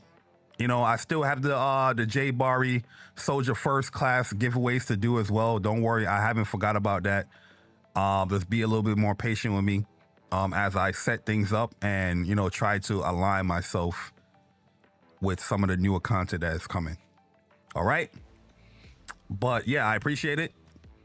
Y'all enjoy the rest of y'all Thursday. Oh, make sure if y'all not checking it out, make sure y'all check out Mooch's podcast. It's on right now, Crossfire. So check out Mooch's podcast. I heard Tim Dog is live on Twitter Spaces. So check out my man Tim Dog. And yeah, anybody that, you know, get offended by the things that were said today, don't get offended, man. We just giving our opinions. You know, we just giving our opinions, man. Can I do that? But if you think I'm a grifter and I'm toxic, hit that like button, hit that dislike button, but make sure you subscribe. If you're not subscribed, I'm gonna find you and I'm gonna kick you in the goddamn shins. You understand me?